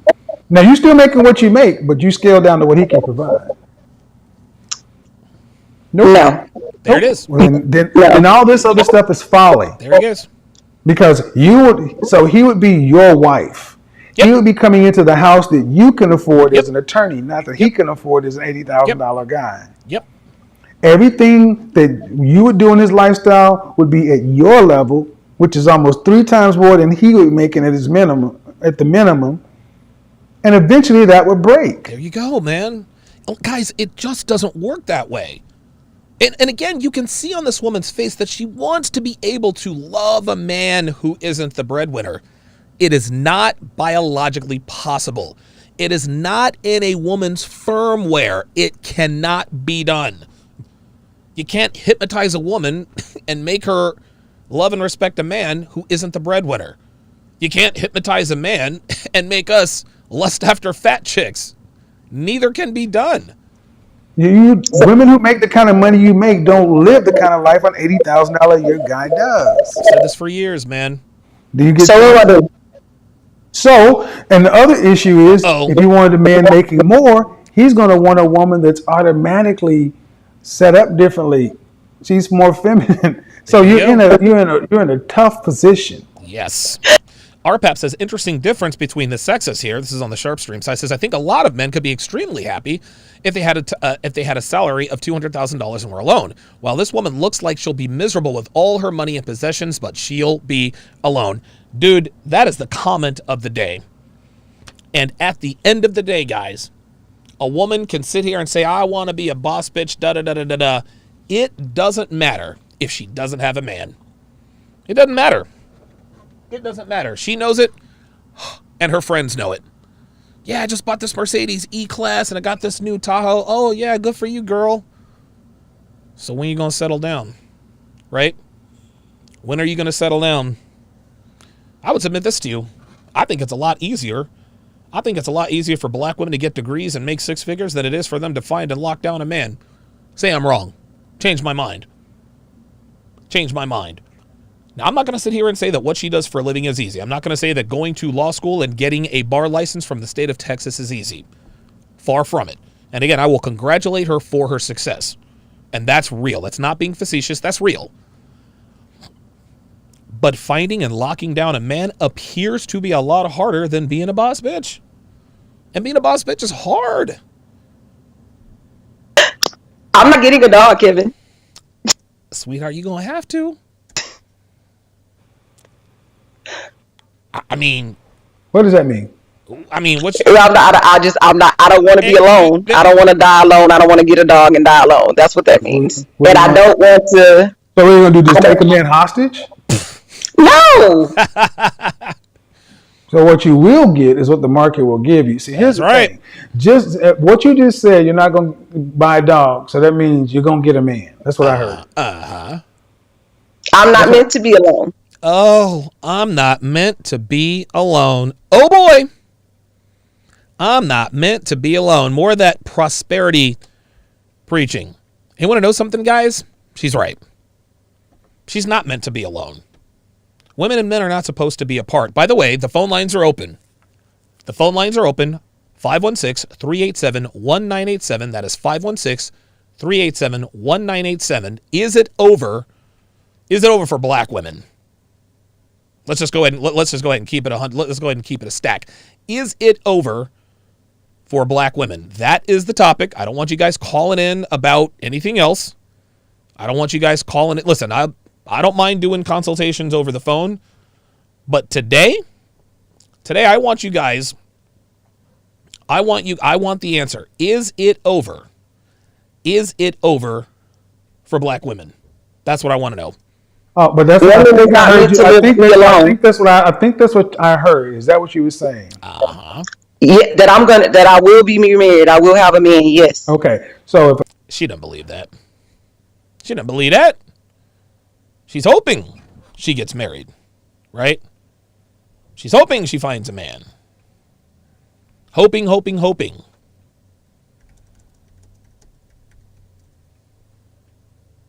a man who said something like that, they will call. If a man were to be that kind of, a man couldn't say that. I'm gonna get me a woman. No, women have choices. See, she knows that's why she's laughing. And see what I just said? You just talk like I'm gonna get that.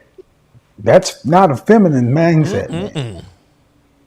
It's not. It's not a feminine mindset. It's a masculine mindset. But the alternative is to be alone, and I don't want that. No, the alternative is, sweetheart, it doesn't matter what you don't want. The market doesn't give a damn what you want or don't want. The market dictates what you're going to have. That's what's going to happen. The market will dictate that, not you. The market will definitely dictate that. Listen, and she's right. She's right. She's right. It's not meant for women. It's not meant for women to be alone. But guess what? The current circumstances, it looks like that's probably the way it's going to end for her. the alternative is to tap into your feminine and live there. See, I think it's funny that you find the only things are to either get a bigger penis or die alone. I think it's funny but that's how your mind is set up. Masculine. It's either I get what I want or nothing. It's masculine. And see, my thing, I think this is a good call because if you want a man, I guess I'm confused because either you get a man, either you have a man or you don't. Yes. Either you have a man or you don't. That's exactly the point. That's exactly the point. Just because you say, well, I'm going to get me a man, does not mean you're going to get a man. Right? Yeah, but it's the kind of man. The kind of man that you had before, he divorced you, but you didn't think too highly of him. There you go. See, she's starting to get frustrated. Hello? She's getting sharp angle. I'm here. The man that you had before, he divorced you. Hello? Yeah, I'm here. So she's That's having a why I little told bit you of to get trouble in with on her the Zoom connection. call, man. There we go. Back in. He got her back. Hi, Kevin. Hey. So why do you think he was running around? Uh-oh, here we go. Here we go. Honestly, I know. Listen, I can think of one reason why he was running around. He's tired of listening to that damn smoke detector. I believe that in his younger years, he didn't do it. Oh, that's it? So I felt like he was getting all this new attention, and he succumbed to the new attention. He had the new influence with the new friends. It's what he did. It's what he wanted to do. See, So if I sat him down, what do you think he would tell me? See, look, this is funny. She still will not accept. I don't even want to call it fault because, listen, man, listen. I'm not going to sit here and act like her husband or her ex-husband was just this bastion of morality and kindness, because I'm sure he had some shit with him too. You know what I'm saying? We're not going to sit here and act like he was the perfect husband. I'm not the guy who's going to do that. I'm not going to assume, because we weren't there. I don't know because I wasn't there. So I'm not going to make any assumptions. So let's not sit here and make the egregious mistake of thinking, well, it was all her fault, right? I'm not going to do that. But by the same token, women need to start owning up to their responsibility. You want to know why they need to start owning up to this stuff?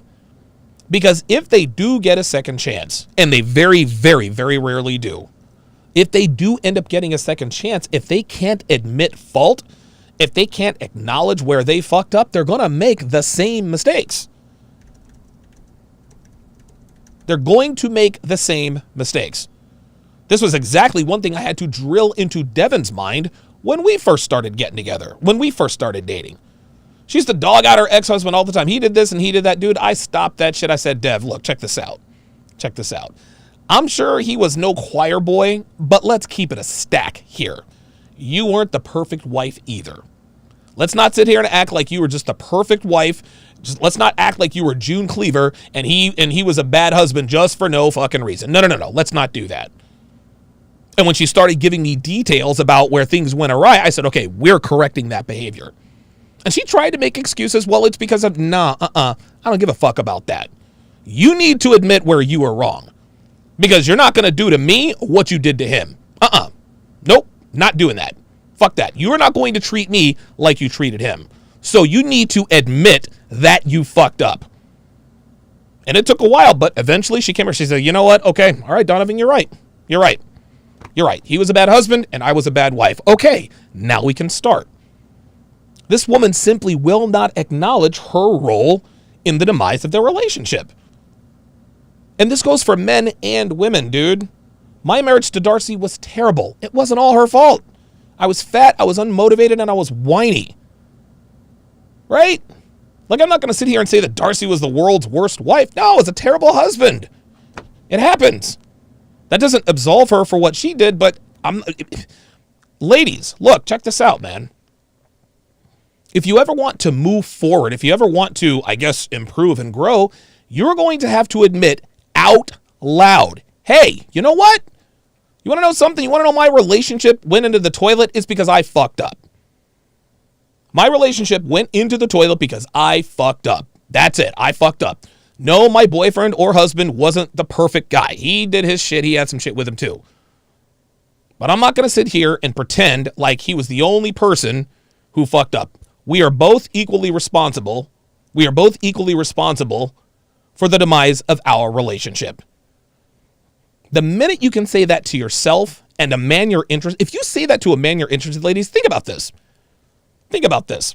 You're out on a date with a guy and he's like, hey, so what happened in your last relationship? Well, obviously you don't want to get into too much detail because you barely know the guy. But as you get to know the guy, be like, look, check this out, man.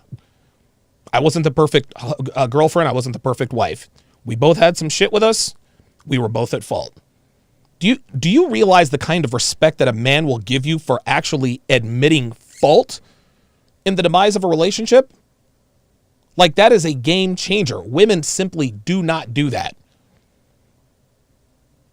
James in Nashville, Dub in Dallas, Bad Wrench in Minnesota, Jay in Dallas, Alvin in Australia, Juan in Chicago, Edward in Winston-Salem, and MGTOW Monk in Houston, in no particular order.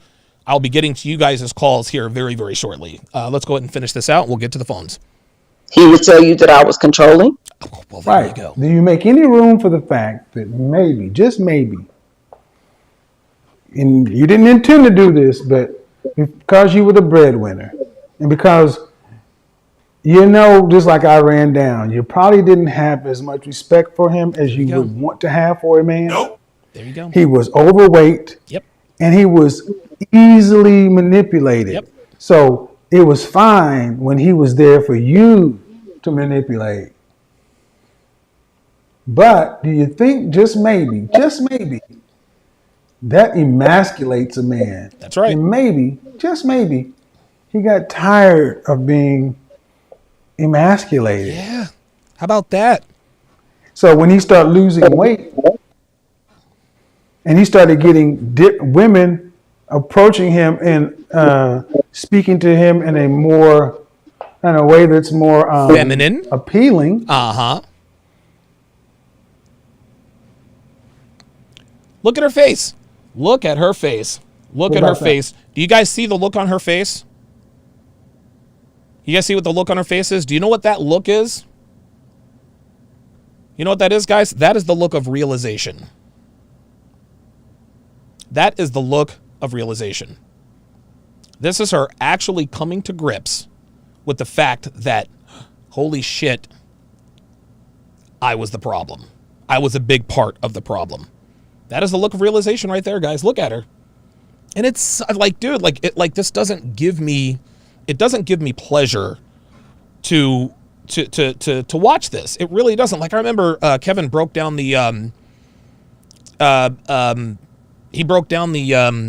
this one lady who was all happy and she was like 6'4" and a basketball coach. But dude, he broke her all the way down and in the end, she ended up crying. That was hard to watch, man. That was hard to watch, but guess what? She had to be told that. She had to be told that. That is the look of realization. All right, 516-387-1987. The phone lines are jammed. I will get to every single phone call. The subject matter is it over? Is it over for black women? Is it over for sisters? Let's go to Jay in Dallas. Jay in Dallas, you're on live with Donovan. Is it over for sisters? Yeah, it is over. And I'm not going to take too much time. And I'm by no means am I perfect, and I'm also not necessarily a high value man. But the women that I do deal with, I notice a considerable amount of money. Like someone said earlier, Okay. 80,000 is a lot in Texas. That's where I am. Even Oh, so when you're they in- do yeah, make right, a you're in considerable Texas. amount of money, they do things with their money that would never make sense to a man, and they don't respect the man, so they don't even see how their money or their dollar could go further with a an average man who's going to give them more structure and also just make more sensible use of your money. If you're making more than he is, or if she's making more than he is, then she's gonna. If she doesn't have any respect for him, he has no value, and it's just a conundrum because she could do a lot more with her $200,000, right? If she would allow a man to help her take the lead, right? And that's all I got to say, bro. So you think it's and I just want to add this too. I want to add this too. Yeah, go ahead. I listen to Kevin. I listen to him all the time, but I apply that stuff to myself. I don't even. It's cool and entertaining to watch him break these women down, but everything he says, I try to make sure that I apply it to myself if I'm enjoying the entertainment and it's about people being better people. I think a lot of guys do that, and like you said a few minutes ago, women will not admit when they're wrong. I don't know what that is. It's like inbred, but I just want to say, if anybody's listening that cares, the men are watching this show to be better men, and the women are watching it, I think, really just to watch women crack their face. Well, thanks for the call, Jay in Dallas. I appreciate you checking in. All right, brother. Jay in Dallas, dropping some knowledge there. Let's continue to give me 2 seconds here. All right, let's go to James in Nashville. James in Nashville, you're on live with Donovan. Is it over? Is it over for black women? Is it over for sisters? Yes or no? Yes, it is over. Okay. And why do you say that? Hey, Donovan, man, first, let me say thank you for taking my call, man. Glad to see you again, bro. Thank you. I appreciate that, man. From Thank you very the much. It's good to be back. Delta. You know, I sent you a message, JWood47 on Instagram, man. Okay. I went through the same thing. And, you know, bro, been rooting for you the whole way, man. I appreciate that. Thank you. Thank you. You know, yeah, all my well wishes and everything. I sent you a picture of me with the oxygen in my mask. Hey, man, you can make it through this, bro. You know, so yeah, R.I.P. Real Mike is one of us. And now my story. I went on a date last night with a black chick. Okay, this is why I say it's over. So you know, I met this really, you know, in shape, good looking black chick. You know, working my second job, and went out with her. You know, a couple of days passed. Went out planning for last night. You know, at the football game here in Tennessee, and she was masculine as all fuck. Oh boy! The more she talked, the more, and her body was great. Okay. And you know, but basically, I picked up enough game from you guys watching you guys. I actually got her home, got her to the bed, and dude, she was so masculine. It just, I was like, oh. God, how masculine was she? Like, what were some of the things that she was doing? The bruh. She called me she kept bruh saying that several times. The constant hand movement when she spoke, you know, it was, you know, the fake hair. Got to her house, you know, she had bundles in the sink. No, stop it, James. Stop it. Dude, no, man, she had bundles, bro. And the you know, it was an easy win. It was an easy lay. But, you know, the sad part was it got to just a bad point in the night where I was like, you know, I'm just gonna go. You know, and I don't want to blame it on you guys. I watched too much red pill content, but the masculinity was a turnoff, and that's the sad part. It's like at a point I was like, what's gonna happen after this? This bitch gonna like key my car? Is she gonna do something stupid? Yep. You know, if I just smash and dash? Yep. I'm like, you know what? It's been a good night, lady. Hey, I gotta go. You know, and she's like, what? And dude, big discipline, man. Shout out to Minister Japp and you guys, man. Hey, I went home 2 o'clock in the morning. I got back home. It's over. If I'm turning them down, and I'm not making 100,000. I'm not a high value guy. If I'm turning them down, okay, a guy making 6 figures is not gonna put up that shit. No, of course all right, not. he's not gonna go through it.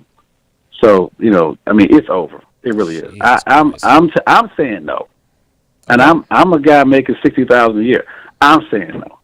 Damn, okay, man. so what hope? All this arrogance they got is stupid. I mean, it's like they can't. Reality should wake you up at a certain point. But it should. It's like they live in fucking Disney World.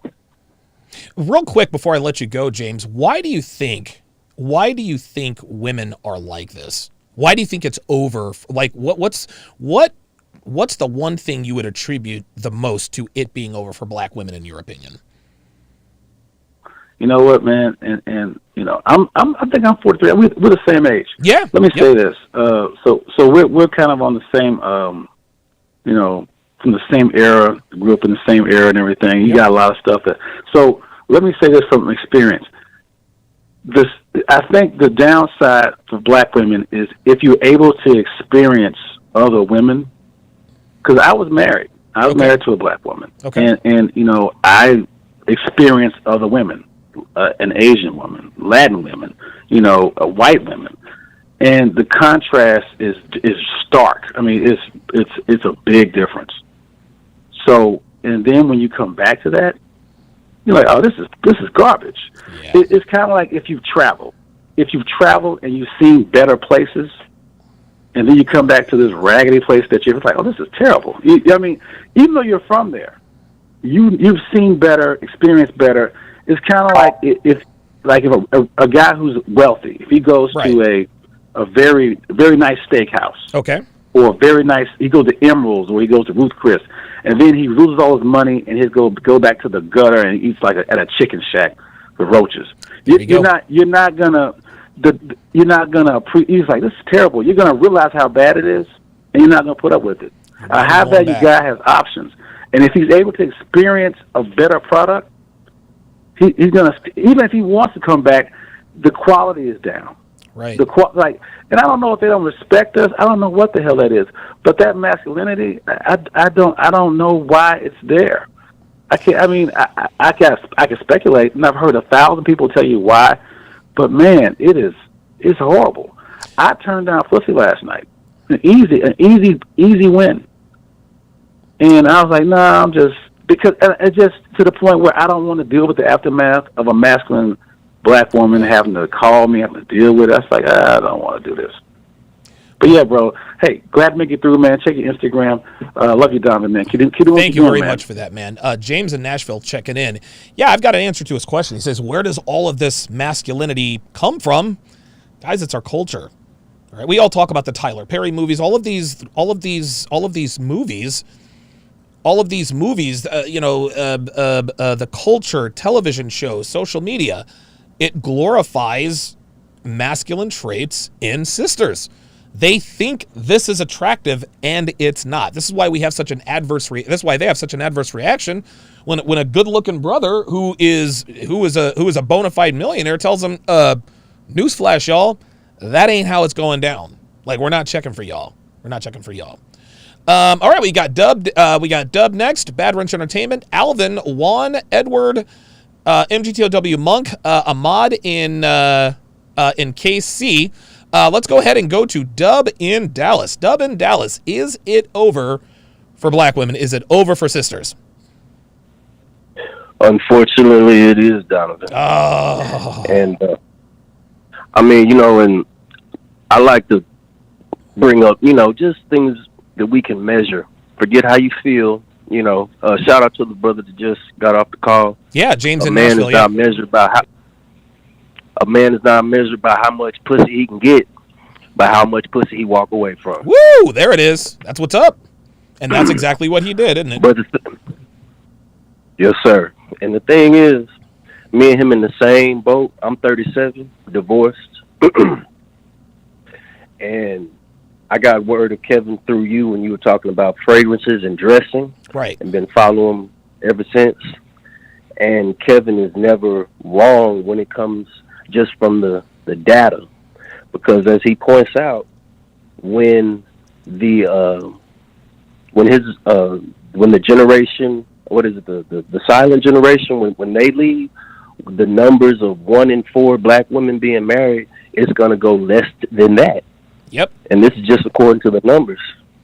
It's no coincidence that all of these shows, Coach Greg Adams, Fresh Fit, etc., Minister Jap, it's no coincidence that all of this is coming out. Yep. Because it is an obvious problem that we have been able to measure while females go about their fields shout out to Rolo. We gonna come with these reels. That's right. That's right. And unfortunately, we know it's this way because of the programming. It's literally the Matrix. Yes. That's why we have these metaphors. But it is what it is. And with me being divorced, being able to experience, I'm here in Dallas, being able to experience and travel, you don't want to, you wish you could go back. Right. But you're not going to go back to the dysfunctional behavior, and they will rather, they'd rather drown or be on fire than to admit. Let me ask you this, Dub. Let me ask you this, and I'll give you the last word on this. Do you think that black women know that it is over for them? And if they do you think they're in denial? Because they seem to have a very adverse reaction to declarations like this. It's not, there's no way it can be over. Something tells me that they probably know it might be over, but they tell themselves these things to sleep at night. What say you? They're in delusion. Okay. It's a mix of both, because they know what the problem is, but they always know it'll be somebody, a simp, a beta, to pick them up where they fall. Yep. Whether they're and then they always say, I'm not going to settle, but they're going to have to end up settling, like the lady you just showed on Kevin's show. She knows she's going to have to end up settling for a lesser man. That's right. Because she really doesn't have a choice now. So they're in delusion, but they always know, hey, there's always going to be that dude back in high school. He really liked me. He'll accept, my 2 kids and et cetera, but it'll be a back and forth volley between them because she'll never respect them. or like Kevin has showed, they'll go to compound living. Compound living, get them a female, like what my ex did. I'm like, oh, that to go to a female. I mean, hey, you got to go where you're accepted, right? Hey, it's the way my life has went since following you, bro. You took me through my divorce. I listened to you all the way. Wow. I got joint custody of my kids. I'm not on child support. I'm gonna get custody. But now I'm in a house in DeSoto. We were staying in a hotel, Donovan. Kevin, y'all have brought me through. Kevin, you and Kevin are making men better, while women are just like listening, and they're smart ones. They'll cash out, but the rest of them are, the numbers show they're living in delusion. Dub in Dallas, man, thank you very much for checking in, and thanks for that testimony, man. It's always good. This is why I do this, is to hear guys say, hey, you made a difference in my life. So thanks for calling in, man. I appreciate it. Thank you. Keep working, bro. Absolutely, bro. Dub in Dallas checking in, man. Always love hearing from guys like that. Always like to hear success stories. Bad Wrench Entertainment in Minnesota. Is it over for sisters? Unfortunately, it is. Okay, let's hear why. Let's just break it down to real simple things. It comes down to qualifiers and disqualifiers. Okay. Men will look for any reason to qualify a woman to date, but a woman will look for every reason to disqualify that man. Wow. Yep. Very good. I like that.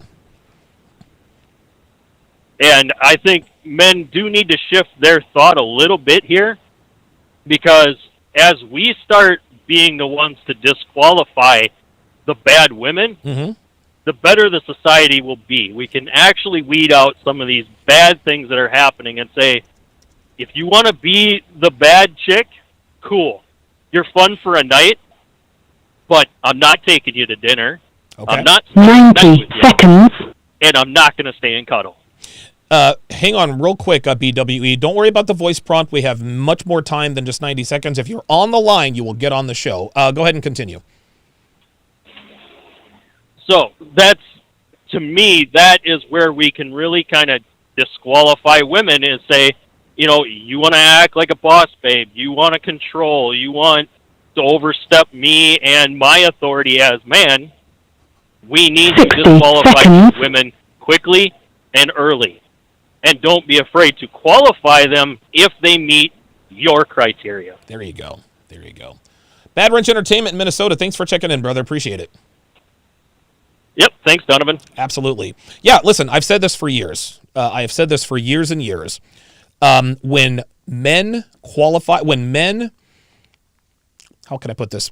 When men compete for women, women are very, very poorly behaved. Very poorly behaved, as you're seeing now. But when women compete for men, they're on their best behavior. They're on their best behavior. Case in point, The Bachelor and The Bachelorette, right? When all the women are competing for The Bachelor, they're on their best behavior all the time. All the time. But as soon as there is a Bachelorette who has men competing for her, they're fucking just about everybody on the cast and probably even some of the production crew. It's a sight to behold. It really is. It really is. Let's go to Juan in Chicago. Juan in Chicago. You're on Live at Donovan. Is it over for black women? Unfortunately, it really is. Okay. Let's hear why.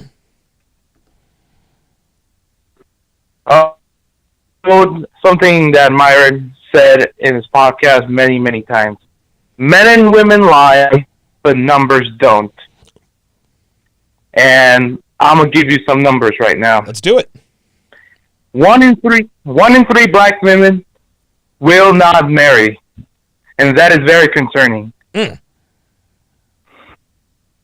Also, with my experiences with dating black women, because I'm Mexican, I like black women for some fucking reason. No problem. No problem.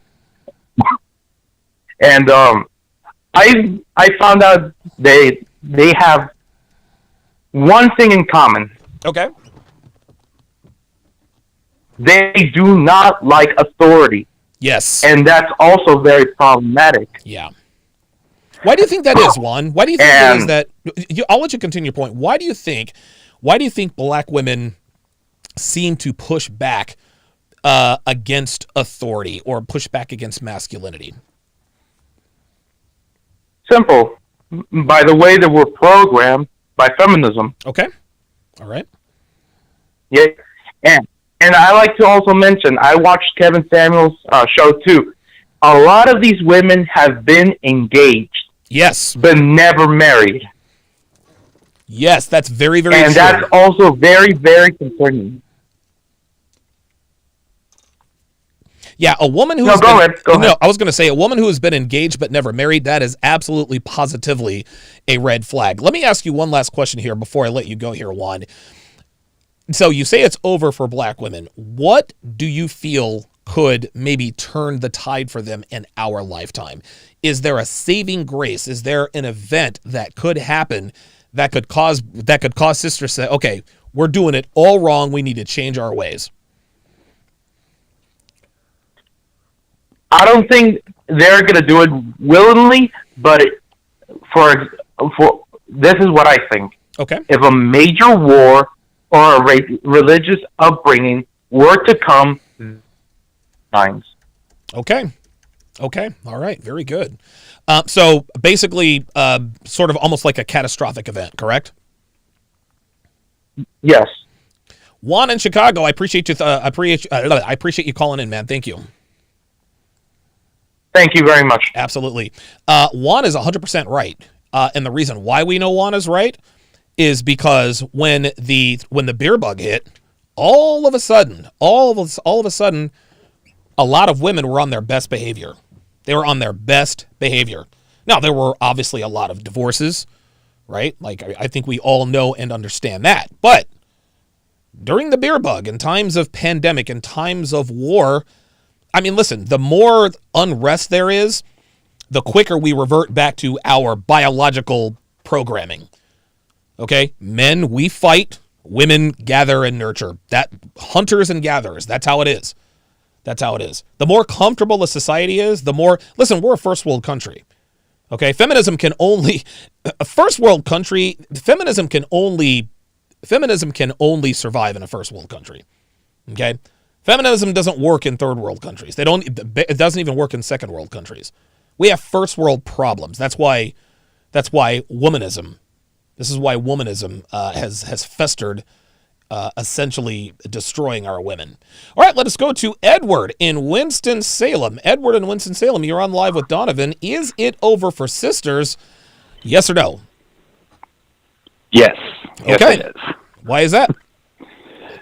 Well, it's just, just dealing from personal experience and realizing the stuff from my past, all this disagreeableness that I get, it was from, being around black women. Yeah. And my ex-fiance, she happened to be a person of color and everything like that. And I just imagine trying to just basically try to take charge in the relationship with just something like the finances. Would never let me look at the finances and things like that. Never wanted me to be around, but never wanted me to really do anything, Wow. And I'm just, and it's just like, I'm glad you're here, but I don't want you doing anything. And it's just, I realize it's like, it's not all black women, but a lot of the women that I have had disagreements with about relationships and my beliefs were from women of color. And I'm like, holy crap. And from my experience, it just seems like these women are more disagreeable than, say, their counterparts.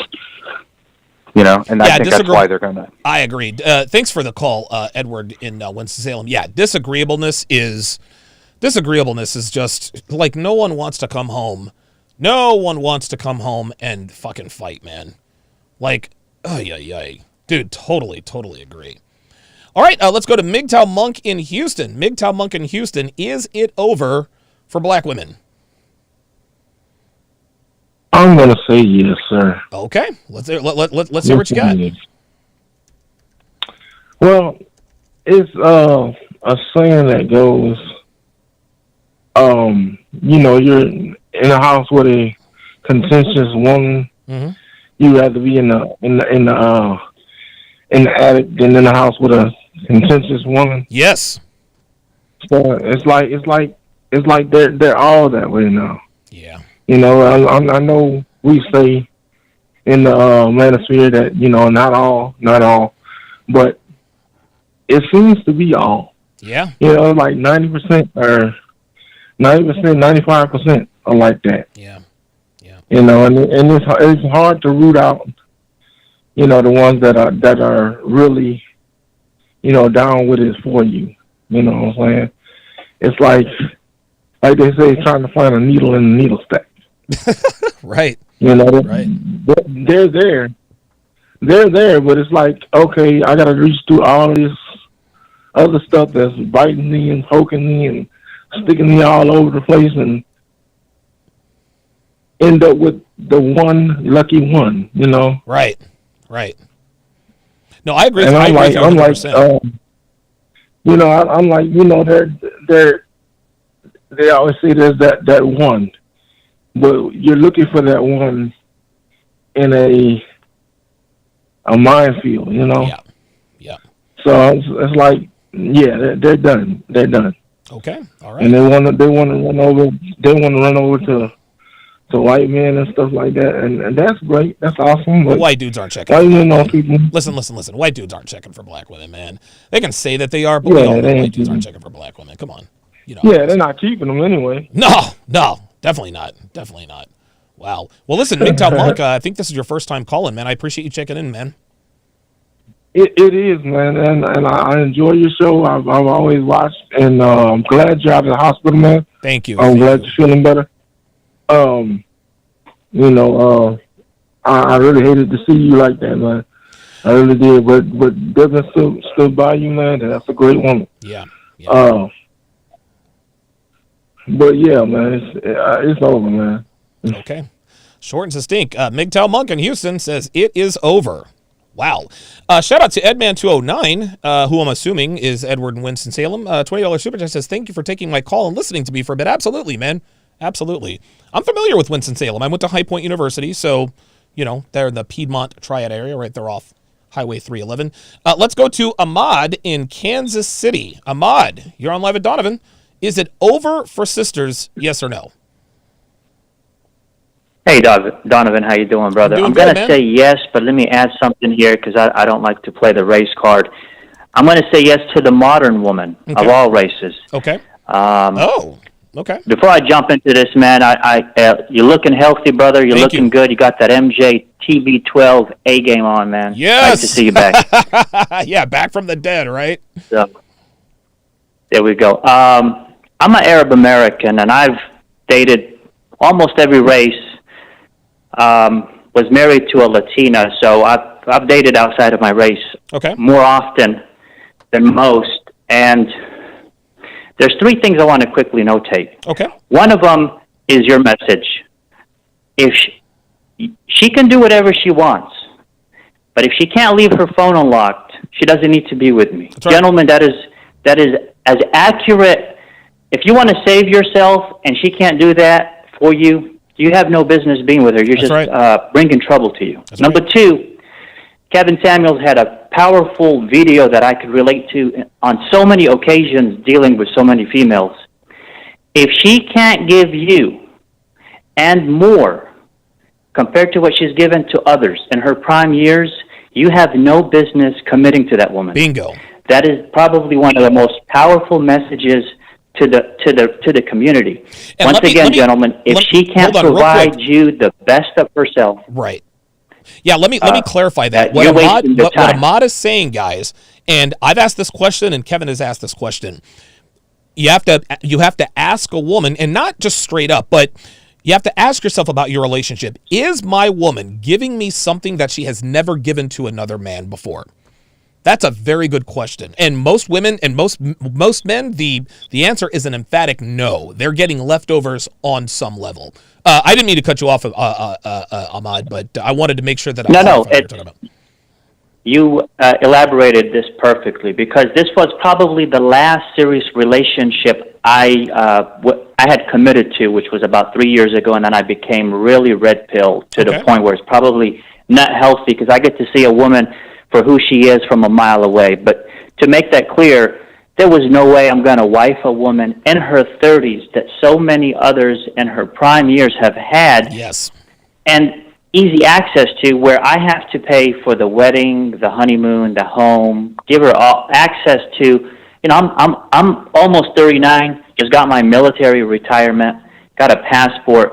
Why in the hell would I give a woman everything I have when so many others have gotten out of her for free? So anyhow, and number three, this is not a black woman issue anymore. I know you have a lot of black followers here, but as an Arab American brothers, our women are paying the price for feminism. There are so many in their 30s, approaching 40, that think they still have the standards. So of hold a on, real quick. 24-year-old. So Arab women. So now Arab women are following that same path. You will not believe, I have a huge family, and half of my female cousins have entered the age group of 30 to 35, and they are in shock and awe because they thought they could. You know, Kevin Samuels says this all the time to the females on his show. Do you think husbands are just sitting there on a tree where you can snap your finger and get one? And they all thought, and they all lived their life thinking they'll just pick a husband whenever they want, not realizing it is the husband who decides to marry you. So, with that said, they're done. There's so many out here in desperate mode. And being a man and a man's advocate, gentlemen, you have to pay attention for who you're dealing with and what is her goal, what is the purpose. You have to smell that quickly, because if she's trying to get married because of her own time frame and she's using you as her piece that's missing in her life, you're getting suckered in, and you're going to pay the price at the end. And I think you've said this, or Coach Greg Adams have said this, getting in a divorce in your 30s is not like getting in a divorce in your 50s. You can never recover from that if you go through that phase at that age. That's right. And I want to leave it with that. Wow. Have a good one, Donovan. Awesome. Ahmad in Kansas City, bringing the knowledge. Wow.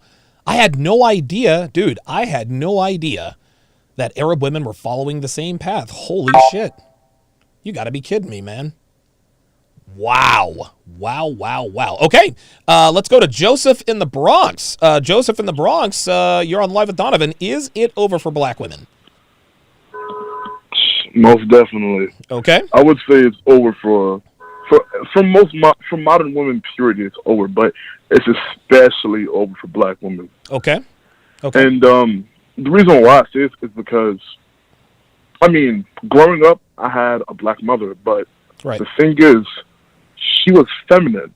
So me growing up thinking that, like, oh, most women are like this. Right.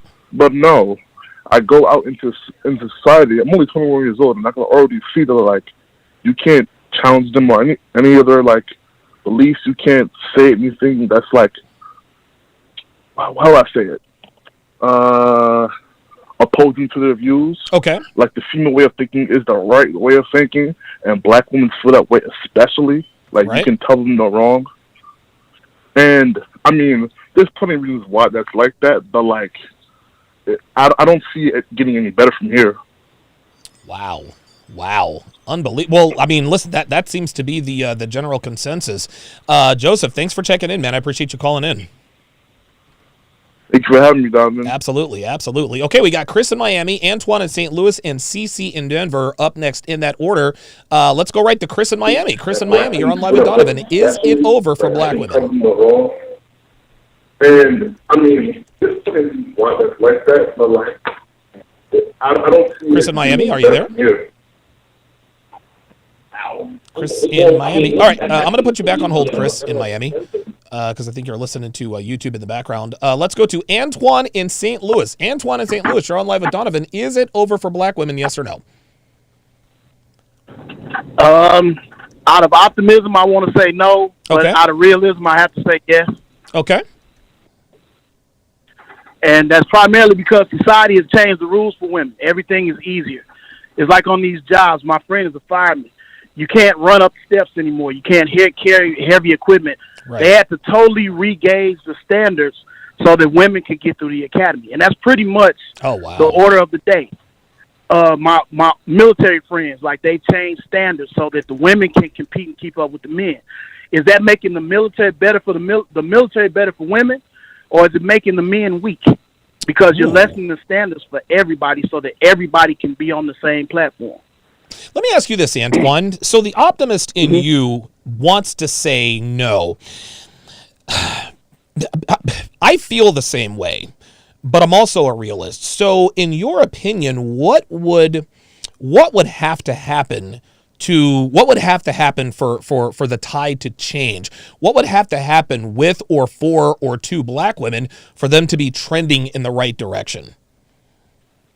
Socially, we would have to be realistic over a broad spectrum. Okay. I mean, we would just have to be realistic, and you would have to basically go back to ingrain in women now, the modern woman, that you have limitations, realistic limitations. You have limitations in society, but society has propped you up over generations that this mindset that you have of superiority is real now. When we can convince women, not that you're weak, but that you have a place, in with us. Right. And that, we support you. We're not trying to be over you. We support you, but let's be realistic. Certain jobs, were assigned by nature to men. Certain situations were assigned to, by nature to men. It's not that we're looking down on you, until society can do something to make women see life more realistically, man, it's done. Man, oh man, that's a very good point. Antoine in St. Louis, man, thank you for checking in, man. I greatly appreciate it. Yes, sir. Thank you for having me. Absolutely. Big shout out, before we go to CC in Denver, a big shout out to Uncomfortable Truth with the $10 super chat. Says, thanks for taking my call. That's Dub in Dallas. I appreciate that very much. Also, Robert Dalton says, does the open phone policy go both ways? I'm going to answer that for you. The answer is no. The open phone policy does not go both ways. And I'll give you this quick example.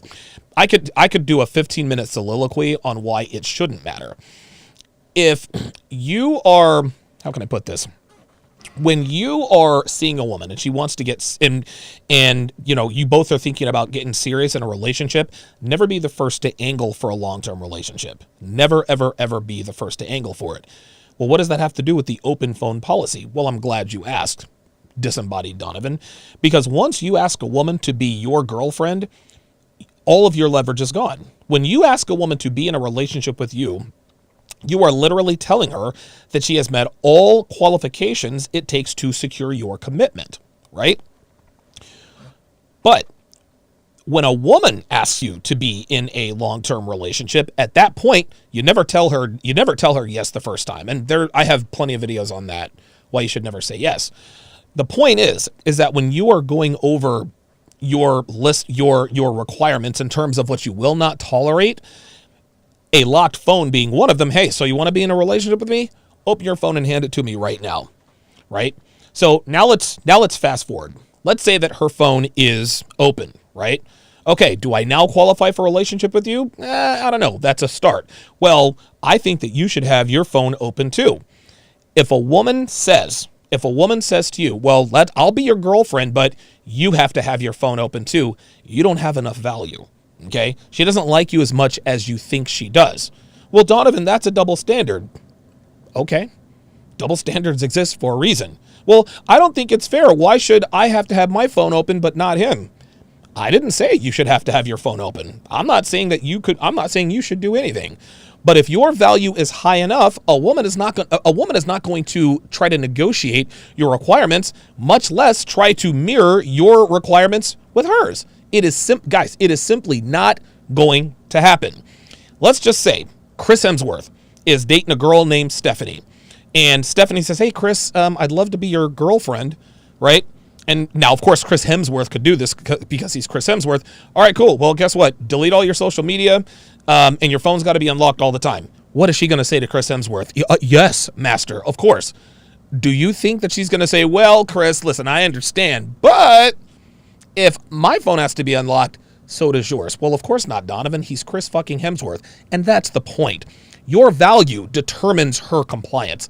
The higher your value, the more she will comply. The higher your value, the less likely she is to try to mirror the same requirements. If your value is high enough, if you're offering enough value to a woman, she's not going to give a shit whether or not your phone is unlocked or not, because your value is high. So anytime somebody comes to me and says, well, look, I told my girlfriend she doesn't have to go to she can't go to bars or clubs, she can't be on social media. She says, well, same for you. I said, number one, you angled for the relationship first. That's the first thing. Number two, even if you didn't, the first time she asked you to be her boyfriend, you told her yes, without letting her know what you will or will not tolerate, right? Girls aren't going to be worried about listen, when a girl is really into you, the last thing she's thinking about is, okay, our requirements need to be the same. No, sweetheart, we are not the same. My value is higher than your value, which means I have leverage, which means I have more privileges in this relationship than you do. You can either take it or leave it. Blue Lion 7342 $5 super chat said, this is Chris in Miami. My call dropped, don't know why. Really wanted to speak my piece, but great to have you back in business as usual. Black women are done. Yeah, I saw you. I put you on hold because I heard us in the background. Maybe it was something going on with Blog Talk Radio. All right, let us go to CC in Denver. CC in Denver, thank you for holding. You're on Live at Donovan. Is it over for black women? It's fucking over, man. Oh God, man! I was hoping we'd get one no. Nah, so check this out, man. I'm 29. I'm just like an average white boy for context. I've dated like 9 black girls in my life. Okay. I can think back fondly on one of them. Wow. Other than that, man, 11%, like, fam. it was always more bad than good. It was always more bad than good. So on this most recent one, man, I had to cut this side chick about 6 months ago. She knew she was a fucking side chick the whole fucking time, signed up for it and everything. But every time, we finished fucking or whatever, she just lose her shit. I don't want to be the side chick. I'm like, why are you here then? Okay? And I don't think I can deal with it anymore, man. Like, especially when, a few callers back, he made the great point of, like, these Latinas and white girls don't act like that, man. No, they don't. Like, everything is a fucking problem. Yeah. Like, even, I'm not, claiming to be some, big player or nothing, man, but I'm saying, even when you do have a dude with some game who can lead, these bitches will not follow. Nope. No, they will not. No amount of masculine, and I've always said this, CC, and you've got sounds like pretty extensive experience. The more masculinity you show to a black woman in a relationship, the more masculinity she shows. Is that your experience? For the most part, yeah, man. It makes me think of Myron's line where it's like, I damn near have to fucking smack you to get your ass in line. It's ridiculous. And I ain't gonna, risk my freedom on that shit. And just real quick, one more story. Go ahead. A few months back, I matched with a girl on Tinder, a black girl on Tinder. And I just messaged her and said something about, hey, what can you cook or something like that, because it was in her fucking profile, right? This bitch responds with like, oh, you think I can cook because I'm black and da-da-da-da-da, and she starts the interaction off like that. Oh my God, dude. Holy God. So she said you could cook. She said she could cook in her profile, but then you asked her about it and she thought you were stereotyping her? Yeah, and I said, no, I looked at your profile, and it just went out of hand real fast. Like, she wasn't trying to hear shit. I was just like, because I told her, I was like, why would you start it off like that? Jesus Christ, man. CC and Denver, I appreciate you checking in, man. Thanks for calling. Thanks, bro. That's all I got. So there you have it, guys. Is it over for black women? In my opinion, I don't think so, but it's very close. It's very, very, very close. And to be quite honest with you, man, and black women are not going to like to hear this, but Kevin Samuels may very well be the black woman's last hope in terms of dating options. He might be the last hope because black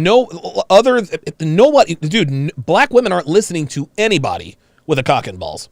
They don't listen to, they barely even listen to Kevin, right? Most black women I would imagine, probably disagree with a lot of Kevin's talking points, but it would appear that a larger percentage of black women actually listen to what Kevin has to say about sexual relationships between black men and black women.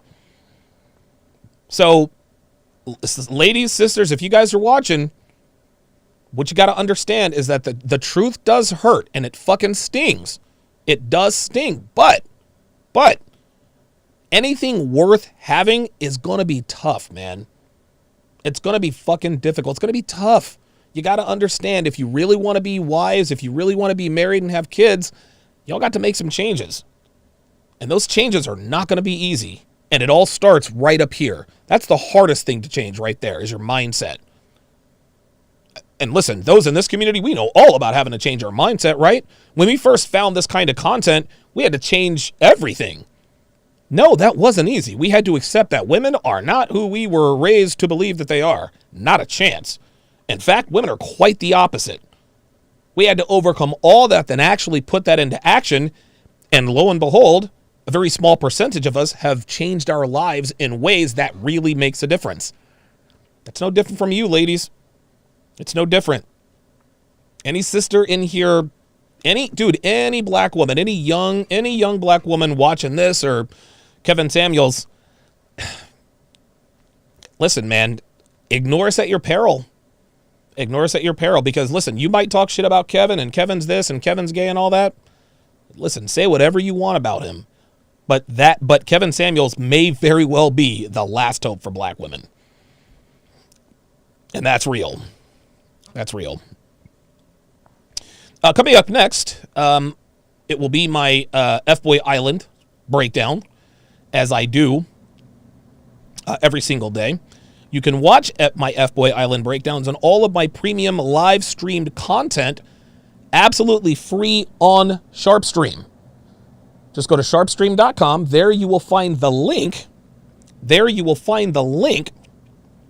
To download the SharpStream app on either Android or iOS. Android or iOS. Either Android or iOS.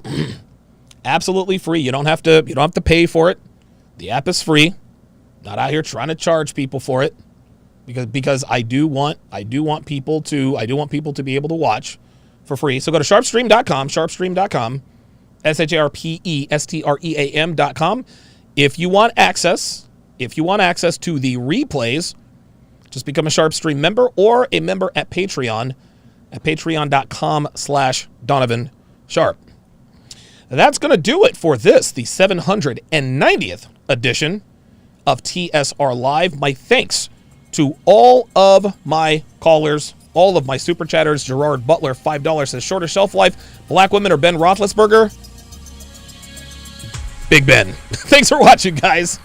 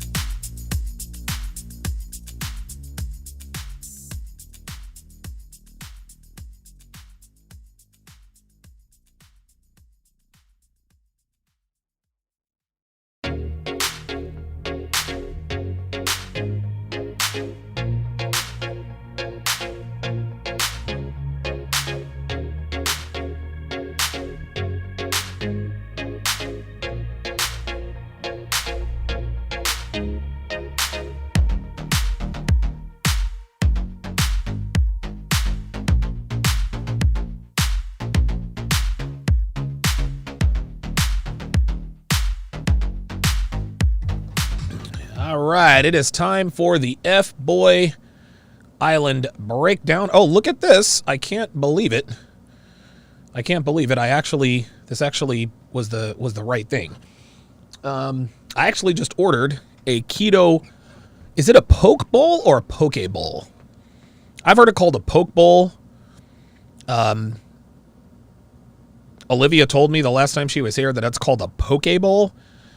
But I got a keto poke bowl. Spicy. I got extra spicy salmon, extra shrimp, avocado, and some other stuff. Like zero carbs, super duper duper high protein. And so I'm excited about that. Should be here in 20 to 30 minutes. Welcome to the F-Boy Breakdown live. Obviously, this is for Sharp Stream only. So at this time, I'm going to say goodbye to my audience on DLive, Facebook, Twitch, mgtow.tv, and of course, YouTube. Thank you guys all for tuning